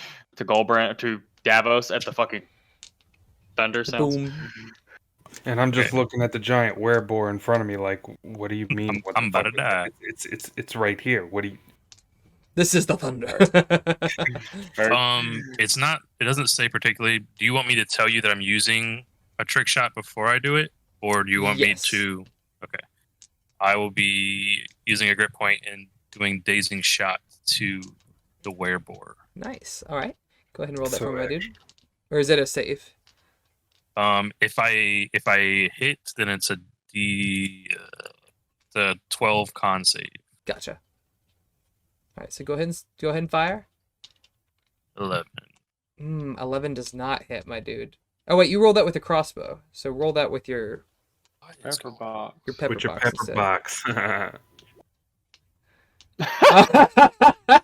Fate All is a right, well- cruel mistress. Thanks, Uh, Gulbrand. Thanks. You for that. hear another burst of thunder, and actually at the angle, Valkyr and Tally watch as a hole appears through their tent. Sort of just the hole itself seems. They see the fabric pull and just like come back with a pretty sizable chunk missing from it. Bargine, batter up. Sorry. Or I'm sorry. Do you have a bonus action or anything, my dude? Can I use action surge You most now? certainly may. Yeah. I will do that and use my other grip point to do the same thing. There it Fucking is. 20. All right, roll your damage for that. And you know what? For the 20, since it's a trick shot, I'll say he has disadvantage on his save against your thing. That can't be the right damage. Rolling. That is not the right You damage. didn't roll a D10 crit, plus- yeah. Roll another D10 for me. That's a D100. That's not. Nope, stop. I mean, you could do that too. Sure. Heard. Still pops on a 3. Right. That would A be some 4. sh- Okay, so 7 damage total. And he is going to make. You said a dex save? It's a con save of 12. Con save. Ooh. Yeah, He does the not do best. great. What's his modifier? Oh, it's pretty solid. 12? He just barely misses that. So you watch as after the first burst of thunder, a second one follows, and this time the boar like lurches forward a little bit, and sort of snarls, and he reaches up to the back of his neck, and as he pulls his hand back, Bergen and Valkyr see just red blood on his hand, and he's almost staggering on this log here. He looks dazed and confused. Valkyr. He now has disadvantage until you the skip end of his Bergen. next turn. Brajin. Oh, did I? I'm Yeah, you sorry. skip Bergine. You said it the first time, but Oh, yeah, you're right, I mean, yeah. every time you have to go back, you end up like accidentally skipping. Yeah. So He's gonna do Sacred Flame. who keeps doing the squares? Squares. what squares? There's yellow squares that keep popping up over Bergen, or maybe it's because Devin is selecting him. I don't know. Who are you doing that to, my dude? To Piggy Man? The guy in front of him. Yeah, Okay. Piggy Man. Deck save. He has disadvantage on what again, Josh? Or if you can put that in chat for me. There should be a little bubble beside it to drop it in chat. Might say display in VVT. Oh, I didn't realize that was a fail or that was a save or suck. I didn't realize that. That's what it does when I click it. Huh. Being very strange. There we There you go. Affirmative. On attacks. Oh, you- Okay, so not saves. All right. So, I suck. ooh, he does not pass, so he does take all 7 of that Sacred Flame damage. And Devon, or excuse me, Bergian, anything else for your turn? I did not see any bonus action things. He has Healing Word. I think that's the only one he has right now. Yeah, so, you're right. He might heal himself here in a minute, but we'll see. He has 17 hit points currently. Gotcha. All right. So the boar, over here by you two, seeing you come out like a fucking blazing comet is. Hold up. What about Valkyr? Did I skip Valkyr too? Yeah, don't click another turn order button. God. yet. Okay. Sorry. Go Valkyr before I get through here. All right, he's gonna pull out that mace and completely miss. Apparently. On the boar. Yeah. Yeah, the one in That front of him. that just barely misses, my dude. I'm sorry. Just make sure there's no bonus action. He might have 1 or 2. He's got 1 or 2. I just don't think. No, that's a reaction. Okay. All right, now giant boar. All right, Giant Boar A is going to come up, and he's going to be tusking some shit up. He's going to go for Gulbrand, seeing this weird glowy man pop out. Ooh, he got a nat 20. Oh, okay. Gulbrand ain't scared. Gulbrand has almost 50 hit points. But Jesus. he rolled like shit on those, my dude. So you only take 10 damage. That brings us You know what? For shits and giggles, I'm going to use my Stone's Endurance. just to knock off the 10 damage. Just because I can. The boar goes to tusk you, and nice. You don't take any damage. The Heard. tusks go to rake across your skin, and even though the tusks make contact, it does not pierce or penetrate. Which in your starry form just freaks the boar out even more. So he lets loose a little frightened squeal as the wereboar. He's gonna come up. And he's going to go +5/+5. Okay, so his maul hits once again. Take 8 damage for me, my dude, for Bergen. Or I'm sorry, I will do 8 damage. Davos, your turn. Ooh, Bergen not looking good, y'all. Oh, yeah. All right, Bergen's not looking good.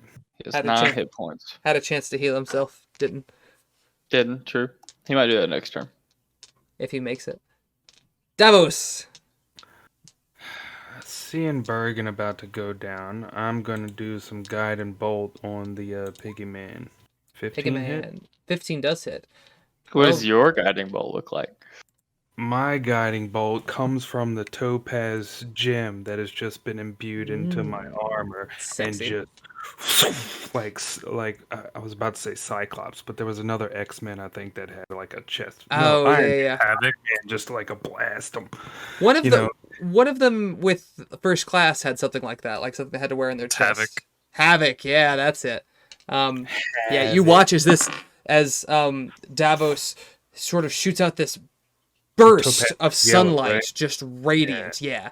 That just almost seems like blinding morning light that comes across and strikes this boar, and does a pretty fair chunk of damage. You're doing that to the boar or to the wereboar? The one that just hit Bergen. The wereboar, gotcha. That was pretty fucking cool. It was pretty fucking cool. Do you have anything for the bonus action, my dude?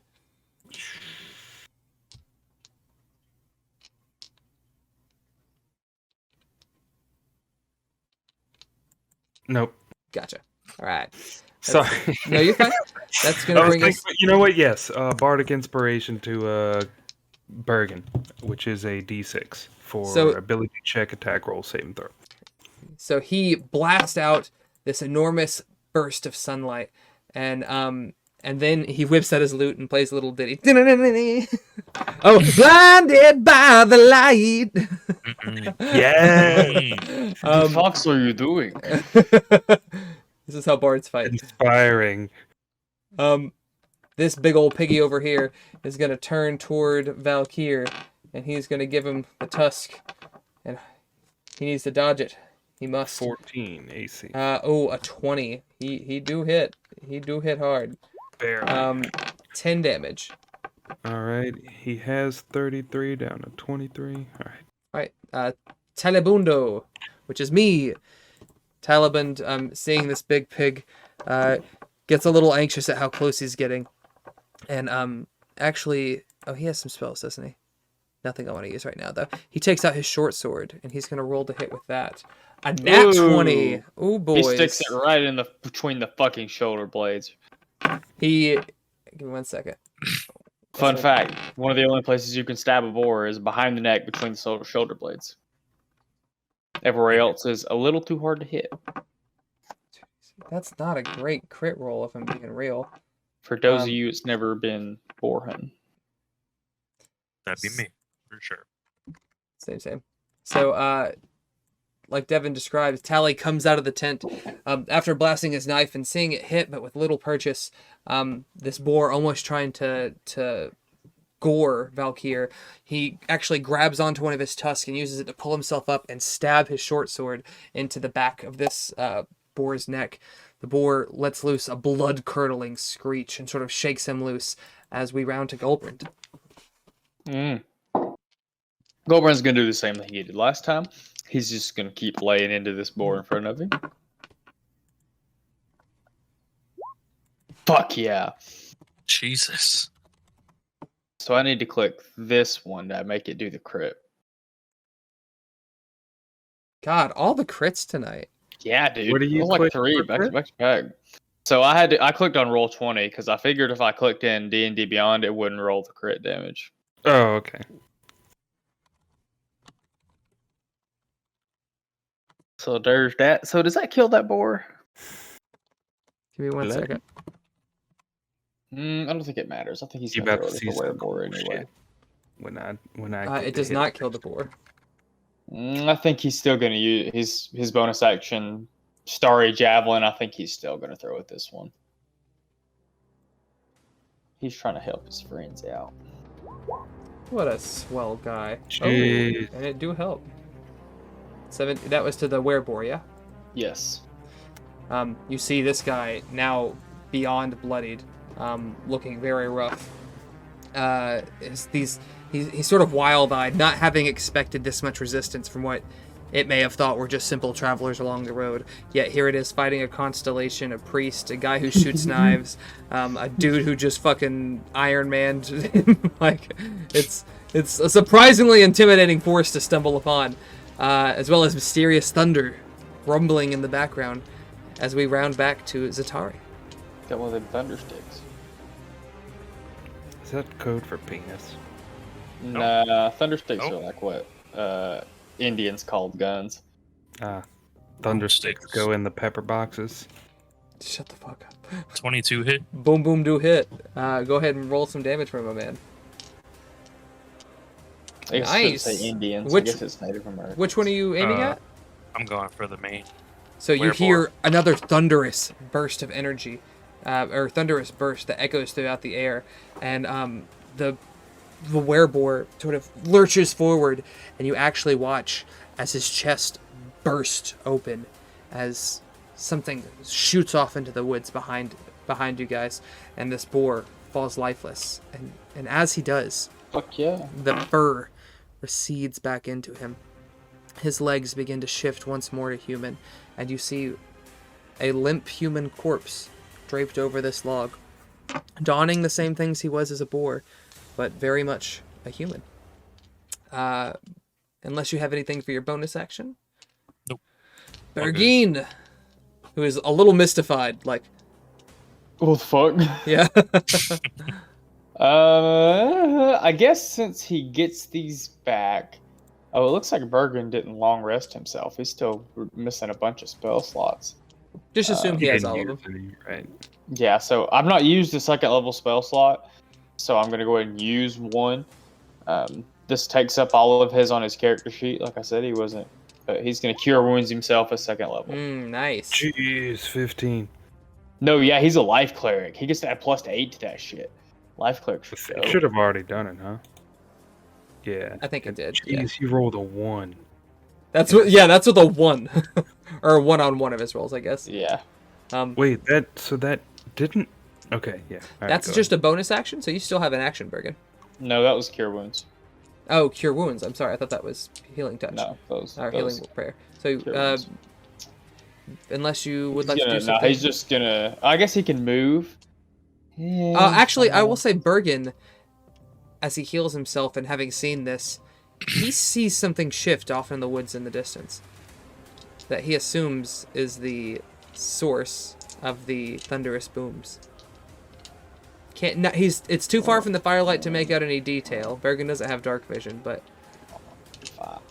Hold on, sorry. 5, 10, 15, 20, 25. He's gonna start right there. okay. Valkyr.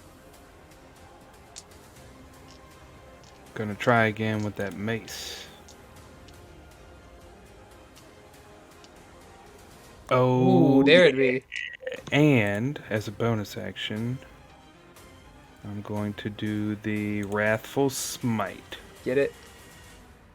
And that's a wisdom check, which is I'm assuming 12.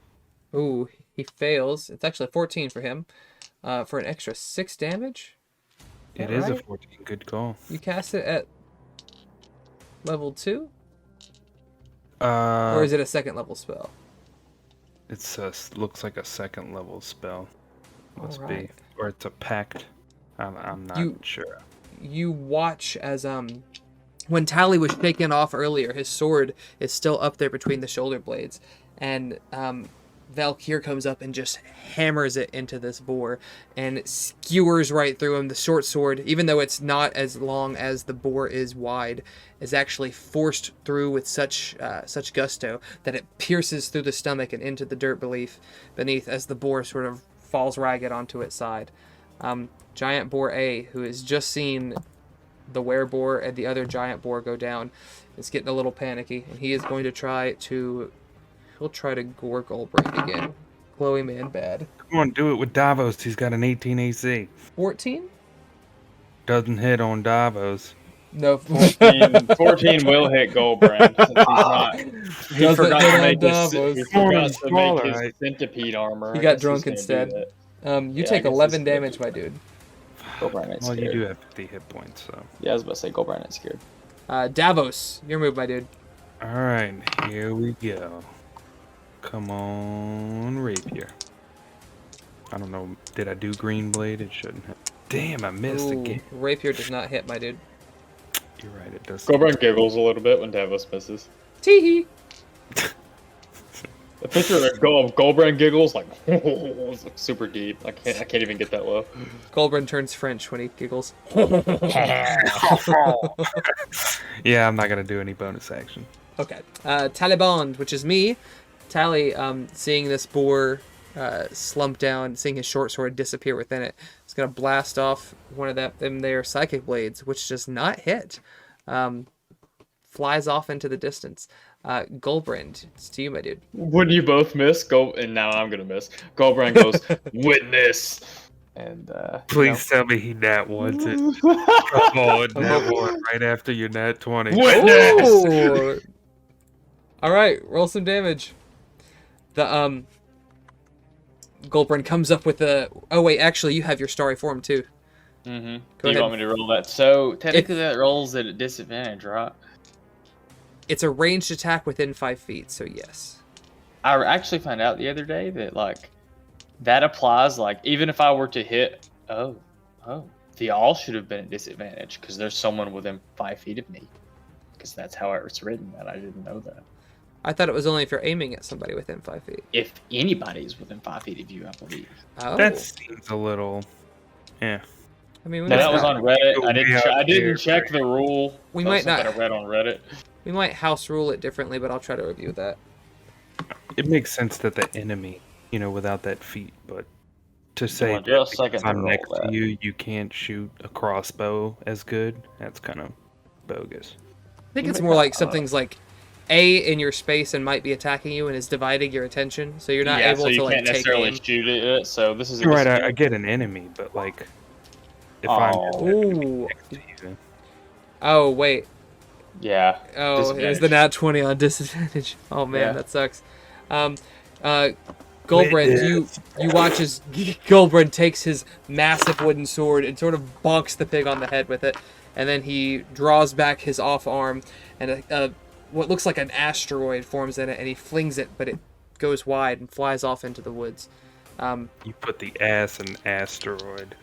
Zatari, Gulbrand's got a big ass. it's back to you, and you are a little like you've just seen psychic like purple blades flying through the air, comets streaking through the night sky. There's also light out to You shoot here. your gun and all of a sudden fireworks go off everywhere. What the fuck? That's new.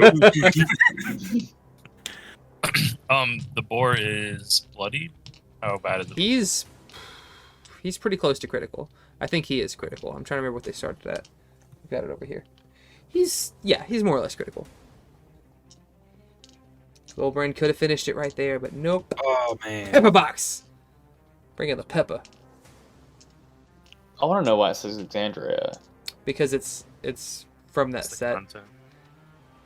10 damage. Because it's Funny not that it- official content. So I guess it puts it on there. I Yeah. see. You watch as another burst of thunder echoes throughout the woods, and you see the boar lurch forward. And this time, all of you, now that your attention's a little less divided, there's only one remaining boar. You see a brief burst of light coming from the tree side opposite, and the boar falls lifeless. And out of the woods steps a handsome tiefling man, purple skin, horns, dark black hair. Josh, why don't you describe what they see entering the starry radiance and the campfire light? I think we found the source of the noise. Usually he has like a Sith robe kind of thing going on because obviously a lot of people don't like tieflings. Lots of piercings on his nostrils and ears. He's blurple, I guess. I looked up the actual color. Is that like the actual name for? I believe tiefling should be whatever color you want. You can be red, you can be purple. Well, I was saying like that's the color I want, but I'm saying like that's the actual color name is blurple. It's kind of Blurple. More like That sounds fake, but all right. Oh, blue. So it's like it's not exactly like royal purple. It's got some blue in it. Like Yeah. I guess Right. is what you're. It's on the kinda see. verge of blue. It's kind of like indigo-ish, purplish kind Okay. of thing. I think indigo's a good one too. More like You see him holstering 2 firearms. Obviously, you probably don't know what those are.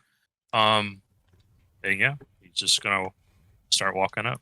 Gulbrand will throw his hand out at Valkyr and my brain's breaking Taliban, who I met, both ranged characters who I imagine are like, what the fuck is this? He's gonna go, does not shoot, and he wants to approach. You see my chest piece just charging up like. Oi, oi. Valkyr's No, like, he- all right, Yeah, mate, he what's wants to, what's like, up? go What's meet- going on? He wants to go meet Shield this ready. stranger. Yeah, he wants to go meet this stranger as he's walking forward. So Zatari just sees Put up the whole Constellation. Gulbrand if he's walking forward. Like, what are you doing? This one's This one is predestined to be here. He just predestinedly shoved these boars into our camp. If he is a problem, I will smash his skulls on the riverbeds. Boy, hey, there's no problems will be here. He walks up as he's reloading his pepper box. This dude's got devil horns. That's a little racist. That's So racist. those the ones that takes the notes for us. Takes It's a the bit notes. Right. Yeah. Kind of Even Walk Bergen, right like, at me. when you say this dude has horns, even Bergen's like, that's not cool, dude. No. That's, kind of walks her at the Gulbrand and pats him on the shoulder. I appreciate the help, man. Yeah. I was about to say he Like does want to give walk right up to him, like look him up and down the whole thing. Where like he looks very familiar. he's like, and after a couple of seconds of kind of looking him up and down, he says, does you need traveling companions, stranger? I believe it could benefits you to have more helps as you has tonight." Taliband sort of chime in. Gulbrand, what are you doing, dude? We don't even know this guy. Yeah, can we? I'm kinda Who with do those not knows this guy? Do you? This children's. You don't know anybody. You live in the woods, like me. You just woke up out of a, and I kind of look around at the group, and I. Gulbrand's still decide- got that crazy eye from the I bite high. my tongue. I bite my tongue. Bite my tongue. Betcha. Okay. We don't know who this is. Who? How about your name, buddy? Yeah, thank you. Buddy. Ask his name. For the racist one, you can call me Zatari.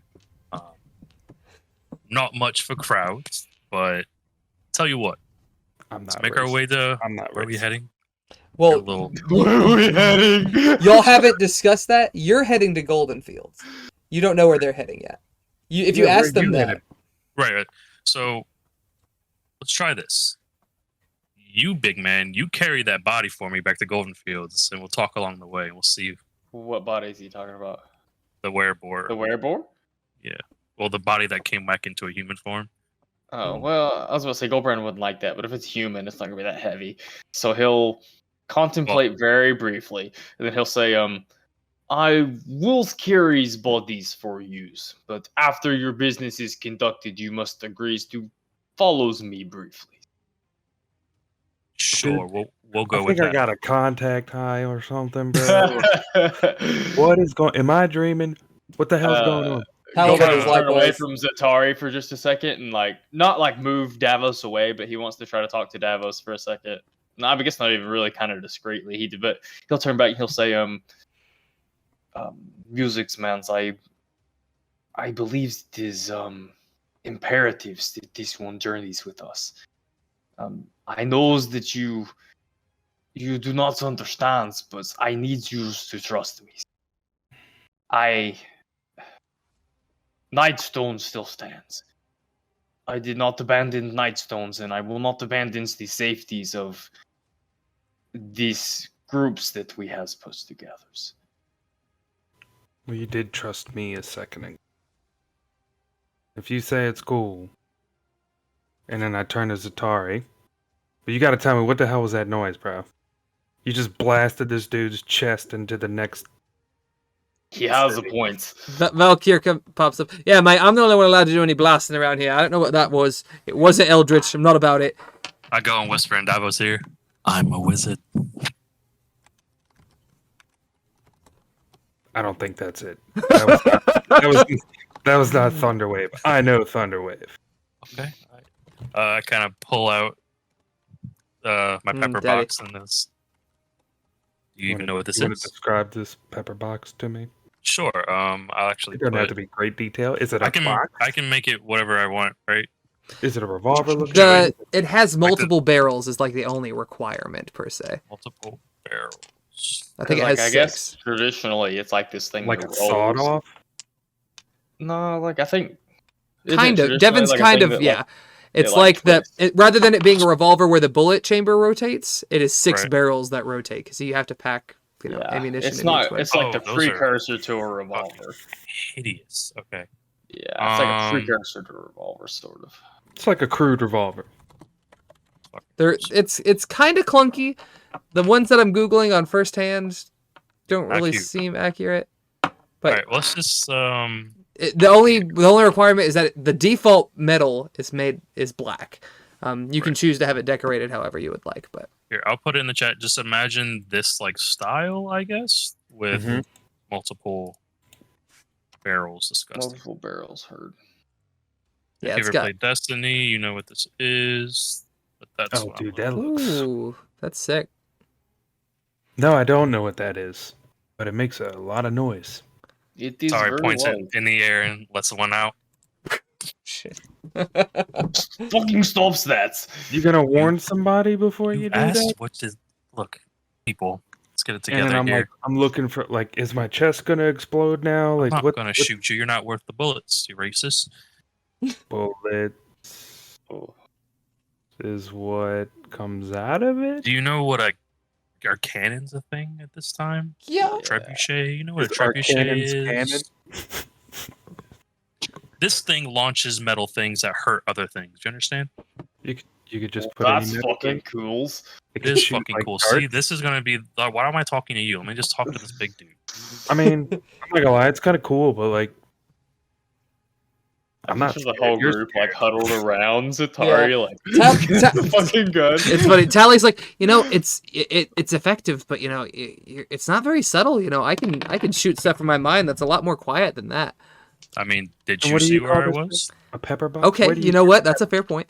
Pepper box. Where is Appreciate the pepper? Yeah, where do you get a pepper box from? Oh, Goldenfields? boys, So or much. whatever you are. Like I said, we can go on this walk and we'll chat. I need to bring this body back to Goldshire or Goldenfields, wherever the hell I'm at. Yeah, let's get that. Um, What's this guy? What's this body? What's it to you? You a know, bounty hunter? one's got to make money, something along the sorts. The Kinda abbot like- asked me to go find this warbearer, so I found it. Need some money. Was he terrorizing the local farms? He got banished from the town and kind of pissed off about it, so So liability. you're He from was- Goldenfields? Where you from, buddy? Sure, Goldenfields. That sounds like it.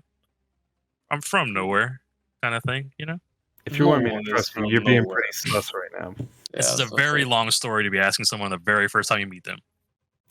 I mean, you're kind of asking me to trust. I mean, you just Gulbrand, shot like, magic out of like- a fucking Brock. I'm not asking some strange camp of people to I didn't hey, ask to join you. This fucking guy did. Yeah, and then you Gulbrand will told him say, to carry Morgan's your like, loot. no, he has a Yeah, point. so- That's what happened. yeah, that's a point. So go say, I will keep some eyes on him, devils. We was not so well acquainted 4 days ago. That's true. And again, Alright, I'm not one saying last I won't share. Just You sing? Time. You dance? You Do play I any sing? musical instruments? He plays the boomstick. Yeah. the boomstick is what I do plays. Is the boomstick another word for your He Thunder cocks back cannon the there? lever again. Do I need to, go to this again? boomstick? Gulbrand I'll says, play please do not. My fucking head hurts. I can play you a song if you like, sir. I turn to Gulbrand. If he slits our throats in our sleep, it's your fault. Right, no, I just want to picture you ask for a song, and Zatari just goes, all I want to do is... Put the money in the bank, Oh, God.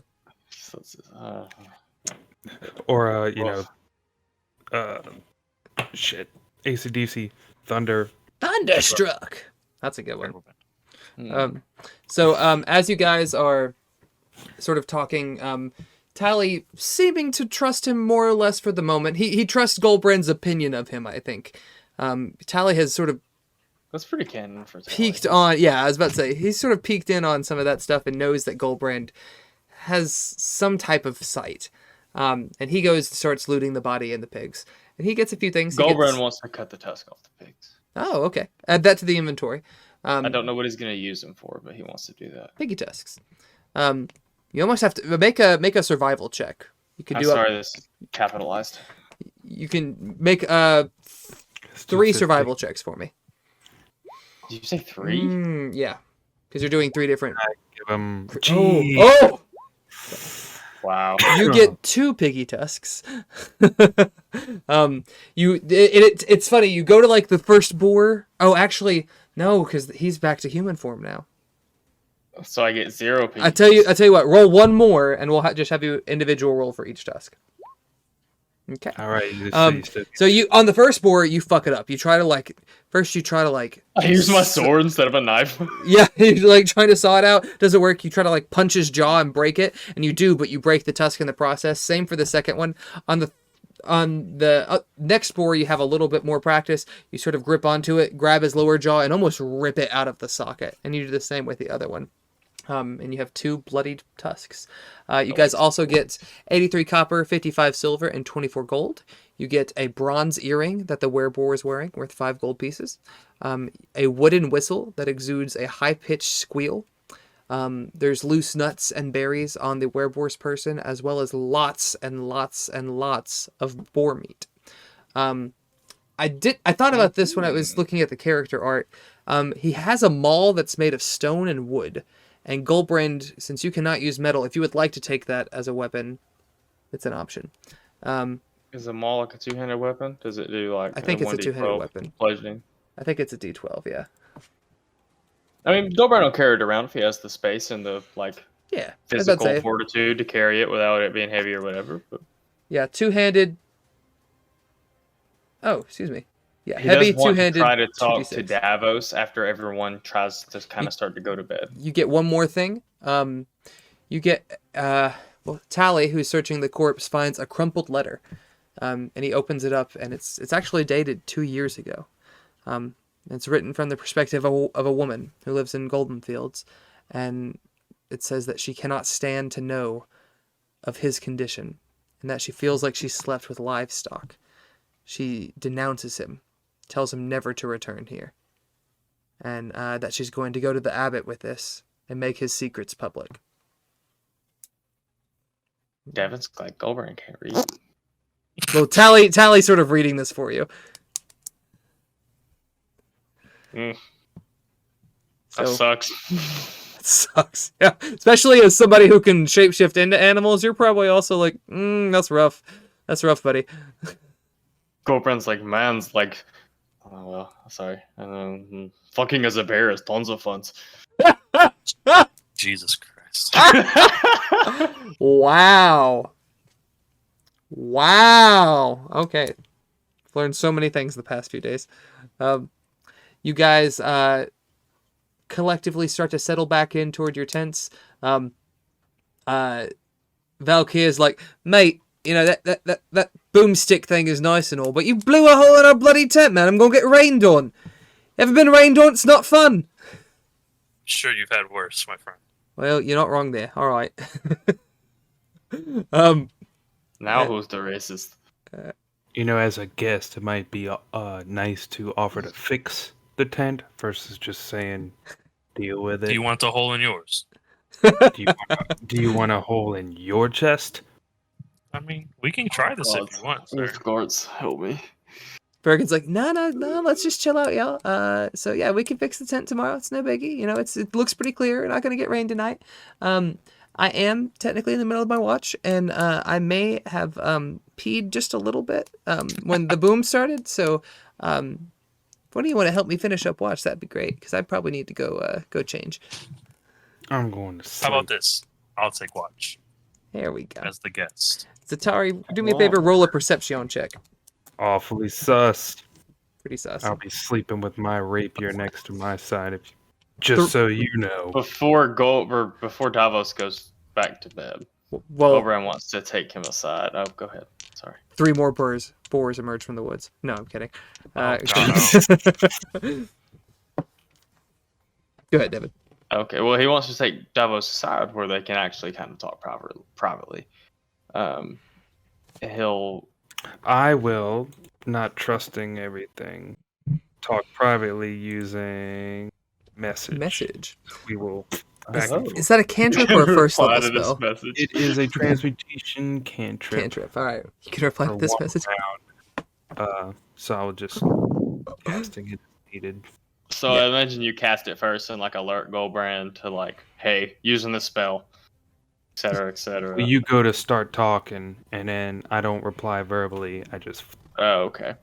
And then you So can reply back Gulbrand- to him, and Yeah, mentally. Gulbrand will say, look, I know this is suspicious, but I have seen this once. He is, as I have said before, imperatives. If it is possible that if he does not comes with us, the paths, paths, will crumbles. There may not be any of us left if he does not comes with us. We cannot take the chances of leaving Sims behind. I'm not saying you have to trust Sims, but at the very least, he needs to comes with us for now. well, I trust you, and it's not that I didn't believe you. It's how many more people are we gonna run into and not know? Clearly, if you've seen him before, would have been nice to get a little heads up. Perhaps it is perhaps I am it's the faults. There are faults in my stars, if you would like to say. I'm God. sorry. I could not. That I did not mention this to you before as we went to bed. But I am not entirely in control of the things that I see. I am not. That's not true. Goldbrand's pretty certain that the things he sees are super real and gonna happen. I feel like he could. There's a bit of doubt since Kolkar's events. Thank you. Maybe So not. he'll- Yeah. Well, he'll say I once believed that the things I saw were set in stones, and between yous and eyes only. I saw nightstones crumbles beneath the rains of boulders, and yet now we are lords of the cities. I am lost. But I do know that if he does not come along at this time, things will not end well for this world. I kind of take it in. You can tell I believe you, and I want to, but I'm still kind of being like playing hard to get. I don't know the real word for that, but You're still sus, which you should yeah, be. still sus. But I'm like, all right, and then I like go to sleep, and then still message like that pepper box is pretty cool though. It do be fly. Damn streets. You ain't even seen all I can do yet. That's a punch it. I am glad he will return to Zatari if we have a second. Mhm. Just after that conversation, to be like, I am glad that you have, at least for the times, agreed to travels with us. This group is destined to do great things. We are actually, he struggles for a second for the word royalty. Not exactly a word he's super familiar with. He says, we are actually royalties. There could be lots of coins involved Oh for you. god. Oh god. Yeah, I get down and bow. Oh, No. He literally like grabs your Sith hood, like pulls you up. He's like, nose. Tally like laughs and is kind of losing it, and Valkyrie's like, all right, no, this is a perk. No, this we all royalty. Yeah, get down. fuck off, mate. Oh god. Gulbrand does this number and like goes to bed. Rubs his fucking face and goes to bed. Is Davos outside like right now? No, I'm During sleeping. this? in the tent. But I would like to, once the morning comes, talk to Zatari. But I'll wait until morning comes. Okay. I don't know how much is left. Zatari and Bergen sit down and finish I'll out go their with that. watch. Long rest button. Yeah, go ahead. You do you remember for tomorrow? You have -2 to initiative. I'll put a note down. And what's the other thing? You took 3 hits. I'm trying to remember. -2 to perception. Perception and initiative. Yeah. All right. And as they settle down for the watch, the rest of the evening passes uneventful, and you guys awake the next morning, pack up your camp, begin to set off on your first journey with your new friend. And that, my dudes, is where we're gonna go ahead and call it a night. Sorry, I went ham on the role play there. I kind of felt bad. No, it's okay. Not at all. That's Real- part of the fun stuff is getting this I story. just want to tell Zatari, sorry, man. You woke us up in the middle of the night. Gulbrand says you're cool. You're cool with me. I'm not actually a racist. Just, you wake up in the middle of the night, see a guy with devil horns coming. No offense. What would you expect? Bergen in the background, dude, no. Zatari I mean- like turns around and pulls out his gun and goes, ah! Points at him. Accidentally shoots. on our way to Goldenfields, you gonna let me shoot that thing? Or... You have a long way to go, friend. Long way. All right. I could teach you a couple of chords on the lute. Or not, you know? All right. No. He said maybe. I turned to Tally or Gulbrand. or For whatever. sure. Tally's like, I heard him. Like, God. All right, my dudes, that was super fun. Glad you guys seem to enjoy it. Excited for our new compatriot. I think that'll be a fun addition to our squad. And I already feel like Zatari said like 10 times more words than Aku did, so Yeah, Yeah, I don't like. enjoying it a lot. I feel like I always make meme characters, and then like everybody had like cool shit going on. I'm just like, I'm a fucking turtle right now. Like, I mean, it just wasn't it for me. I mean, you I get seem you. like you like this one a lot better. You were definitely. I've always wanted to play a gunslinger. Like that's like my Mm. thing in games. Like the dual revolvers is Mhm. so cool to me. So so you have two of them? yes. That's cool. Well, no. Are you gonna get? you Well, have you don't have one to and a answer this. broken second one. Let's see. You don't have to answer this. Are you gonna get like multiple firearms like Percy had? Because Right. Percy had, didn't he have multiple I don't firearms? mind to Maybe. tell you that you will have you will, like, as you get 'Cause- more fragments of the Vatandad, you'll make different types of weapons for different situations. I was gonna say Percy had like a sniper rifle and he had his pepper box, and I think he had a shotgun. Like, Is this a wild mount? Yes. yeah, in the first Critical Role campaign, Matt Mercer, the class that he's playing, Matt Mercer made. Mhm. Our And- Lord and Savior. Yeah, and Percy was the gunslinger in that campaign, in the first campaign. Percy, I can't say his whole name. I didn't watch that campaign. Percy Okay. something Dorilla the Third. Jeez. Talks Is to the really Morrowind the pompous name of bird. the elf, the wood elf? It's what? In I have no um, idea. Morrowind? What's Morrowind's the name of Morrowind's the the game. third Elder Scrolls Skyrim game. game. Yeah, Skyrim game. Uh-huh. Oops. What was the name of the wood elf? Tally's Rond Arrowhome. Ron Arrow. Arrow. Yeah. Okay, I don't know. Maybe. Um, All right. but yeah, I'm excited for you guys to learn more about your new friend.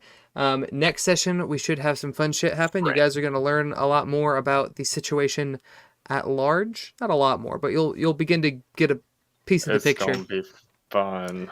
Um, Assuming we make it at Goldenfields. I think by the end of next session, you guys will be at Goldenfields, maybe even starting on the fun stuff, but I don't think so with what we still have to cover. So either next session or the session after, maybe both, are going to have a fuck ton of combat. So I know it's been a lot of story stuff early on, but we're getting into the meat of the adventure now, Yeah. so some Gird fun your stuff's going to go loins. on. Gird your loins. Disgusting. Shut Dan, the I'm fuck up. curious. Is the Yeti one of the dudes with like a stat block at the end of the book or whatever sir. that has like he is one of those. Yeah. I kept wondering. I was like, that name, it's so familiar. Uh, I wondered. I might even assign these. I don't think you guys That's are what the going book to get has some of you do, doesn't it? Is like assign an NPC. There's that you- basically there's 6 NPCs that you guys will actually be controlling for a very massive fight with That's what I um, thought. over, I think it's like 35 enemies. Not necessarily all at once, but in waves almost. And so there'll be the 6 of you plus 6 more. Some of them are pretty fucking cool. If for every NPC that survives, you guys get a special quest Yeah. that will grant you either a buttload of money, magical items, or even units. You guys can. There's a couple of these people that you can Ooh. unlock. I was about to say, you fixed this up to be awesome. Yeah, and one of them, the one that you're pursuing now, Miro Zelbrin, will become a retainer for you guys. He'll become your blacksmith at the keep, and help you guys out there if he survives. So, And I guess that's Bryn Shander. There's apparently a whole book about the Ring of Winter, which I don't think shouldn't have anything to do with any of the quests that you're talking about. not the ones I'm talking about, but it is tied into some of this. Oh, that's cool. Are these NPC stat blocks relatively simple as Yeah. far as their Yeah. actions? Yeah. It's like, basically, it's like a couple of actions. Some of them have spells, not a lot of them. I think there's 2 spellcasters in the group. They're like characters that inhabit the town, aren't they? If I remember correctly. Yes. You actually, one of them is Orin, the halfling that you were in the Fae Fighters with, Davos. So his stat block, You. I looked at it, it's kind of underwhelming because he has like 9 hit points. I'm like, dude, we can't do that to you. Let's beef you up a little bit. So we'll tweak him. Everybody else is I pretty was just stout. wondering if Pretty solid, I should say. it was a lot of reading. I don't want to do mid-session. No. What I'm thinking is that I don't think you guys will get to that combat tomorrow, because there's one We're more playing tomorrow, hard. or All right. next It's week. too late. You said it. It's too late. There's one more combat Committed to it. on the way. Get dot push. There's bit. a couple of story things on the way, and then there's a lot of story stuff once you actually get to the town. A lot of meeting of The people. town and is in talking. Goldenfields? Yes. Once you guys actually get to probably after next week's session, I'll send you the stat blocks so you can look them over. But they're, again, not complicated. And what they just go on your turn, so you'll say, all right, Davos does X and Y, and this guy is going to fire a crossbow, or it's super simple. I'll even try to roll for most of them to make it a little quicker. Yeah, I don't mind rolling. Just I'm like I so said, if it was scared. like an actual player character kind of sheet. Nah, not quite. It's more like a monster stat block than anything. I gotcha. Okay, yeah, that's doable. They're pretty cool. There's like fucking 16 of them at the end of that fucking book because At Joey's running least Goldenfields. When I ran this kind of thing that's about this part of the story happened in Bryn Shander. Like the book offers you 3 different towns. That Yeah, this, 3 different this cities scene with can 6 can NPCs happen each. in. And you guys will learn quite a bit about each other, I think, next week. Yeah, especially Gulbrand feels like he's spilling all his. That's what road trips usually do. That's fair, though. You So also what do we might... come up with a group name? Right now, you guys are just the Lords. The Lords of Nightstone. Or if you want to come up with a name, you can. But it was the Band of Misfits for a minute. I was about to say that Brandon seems fond of the Band of Misfits.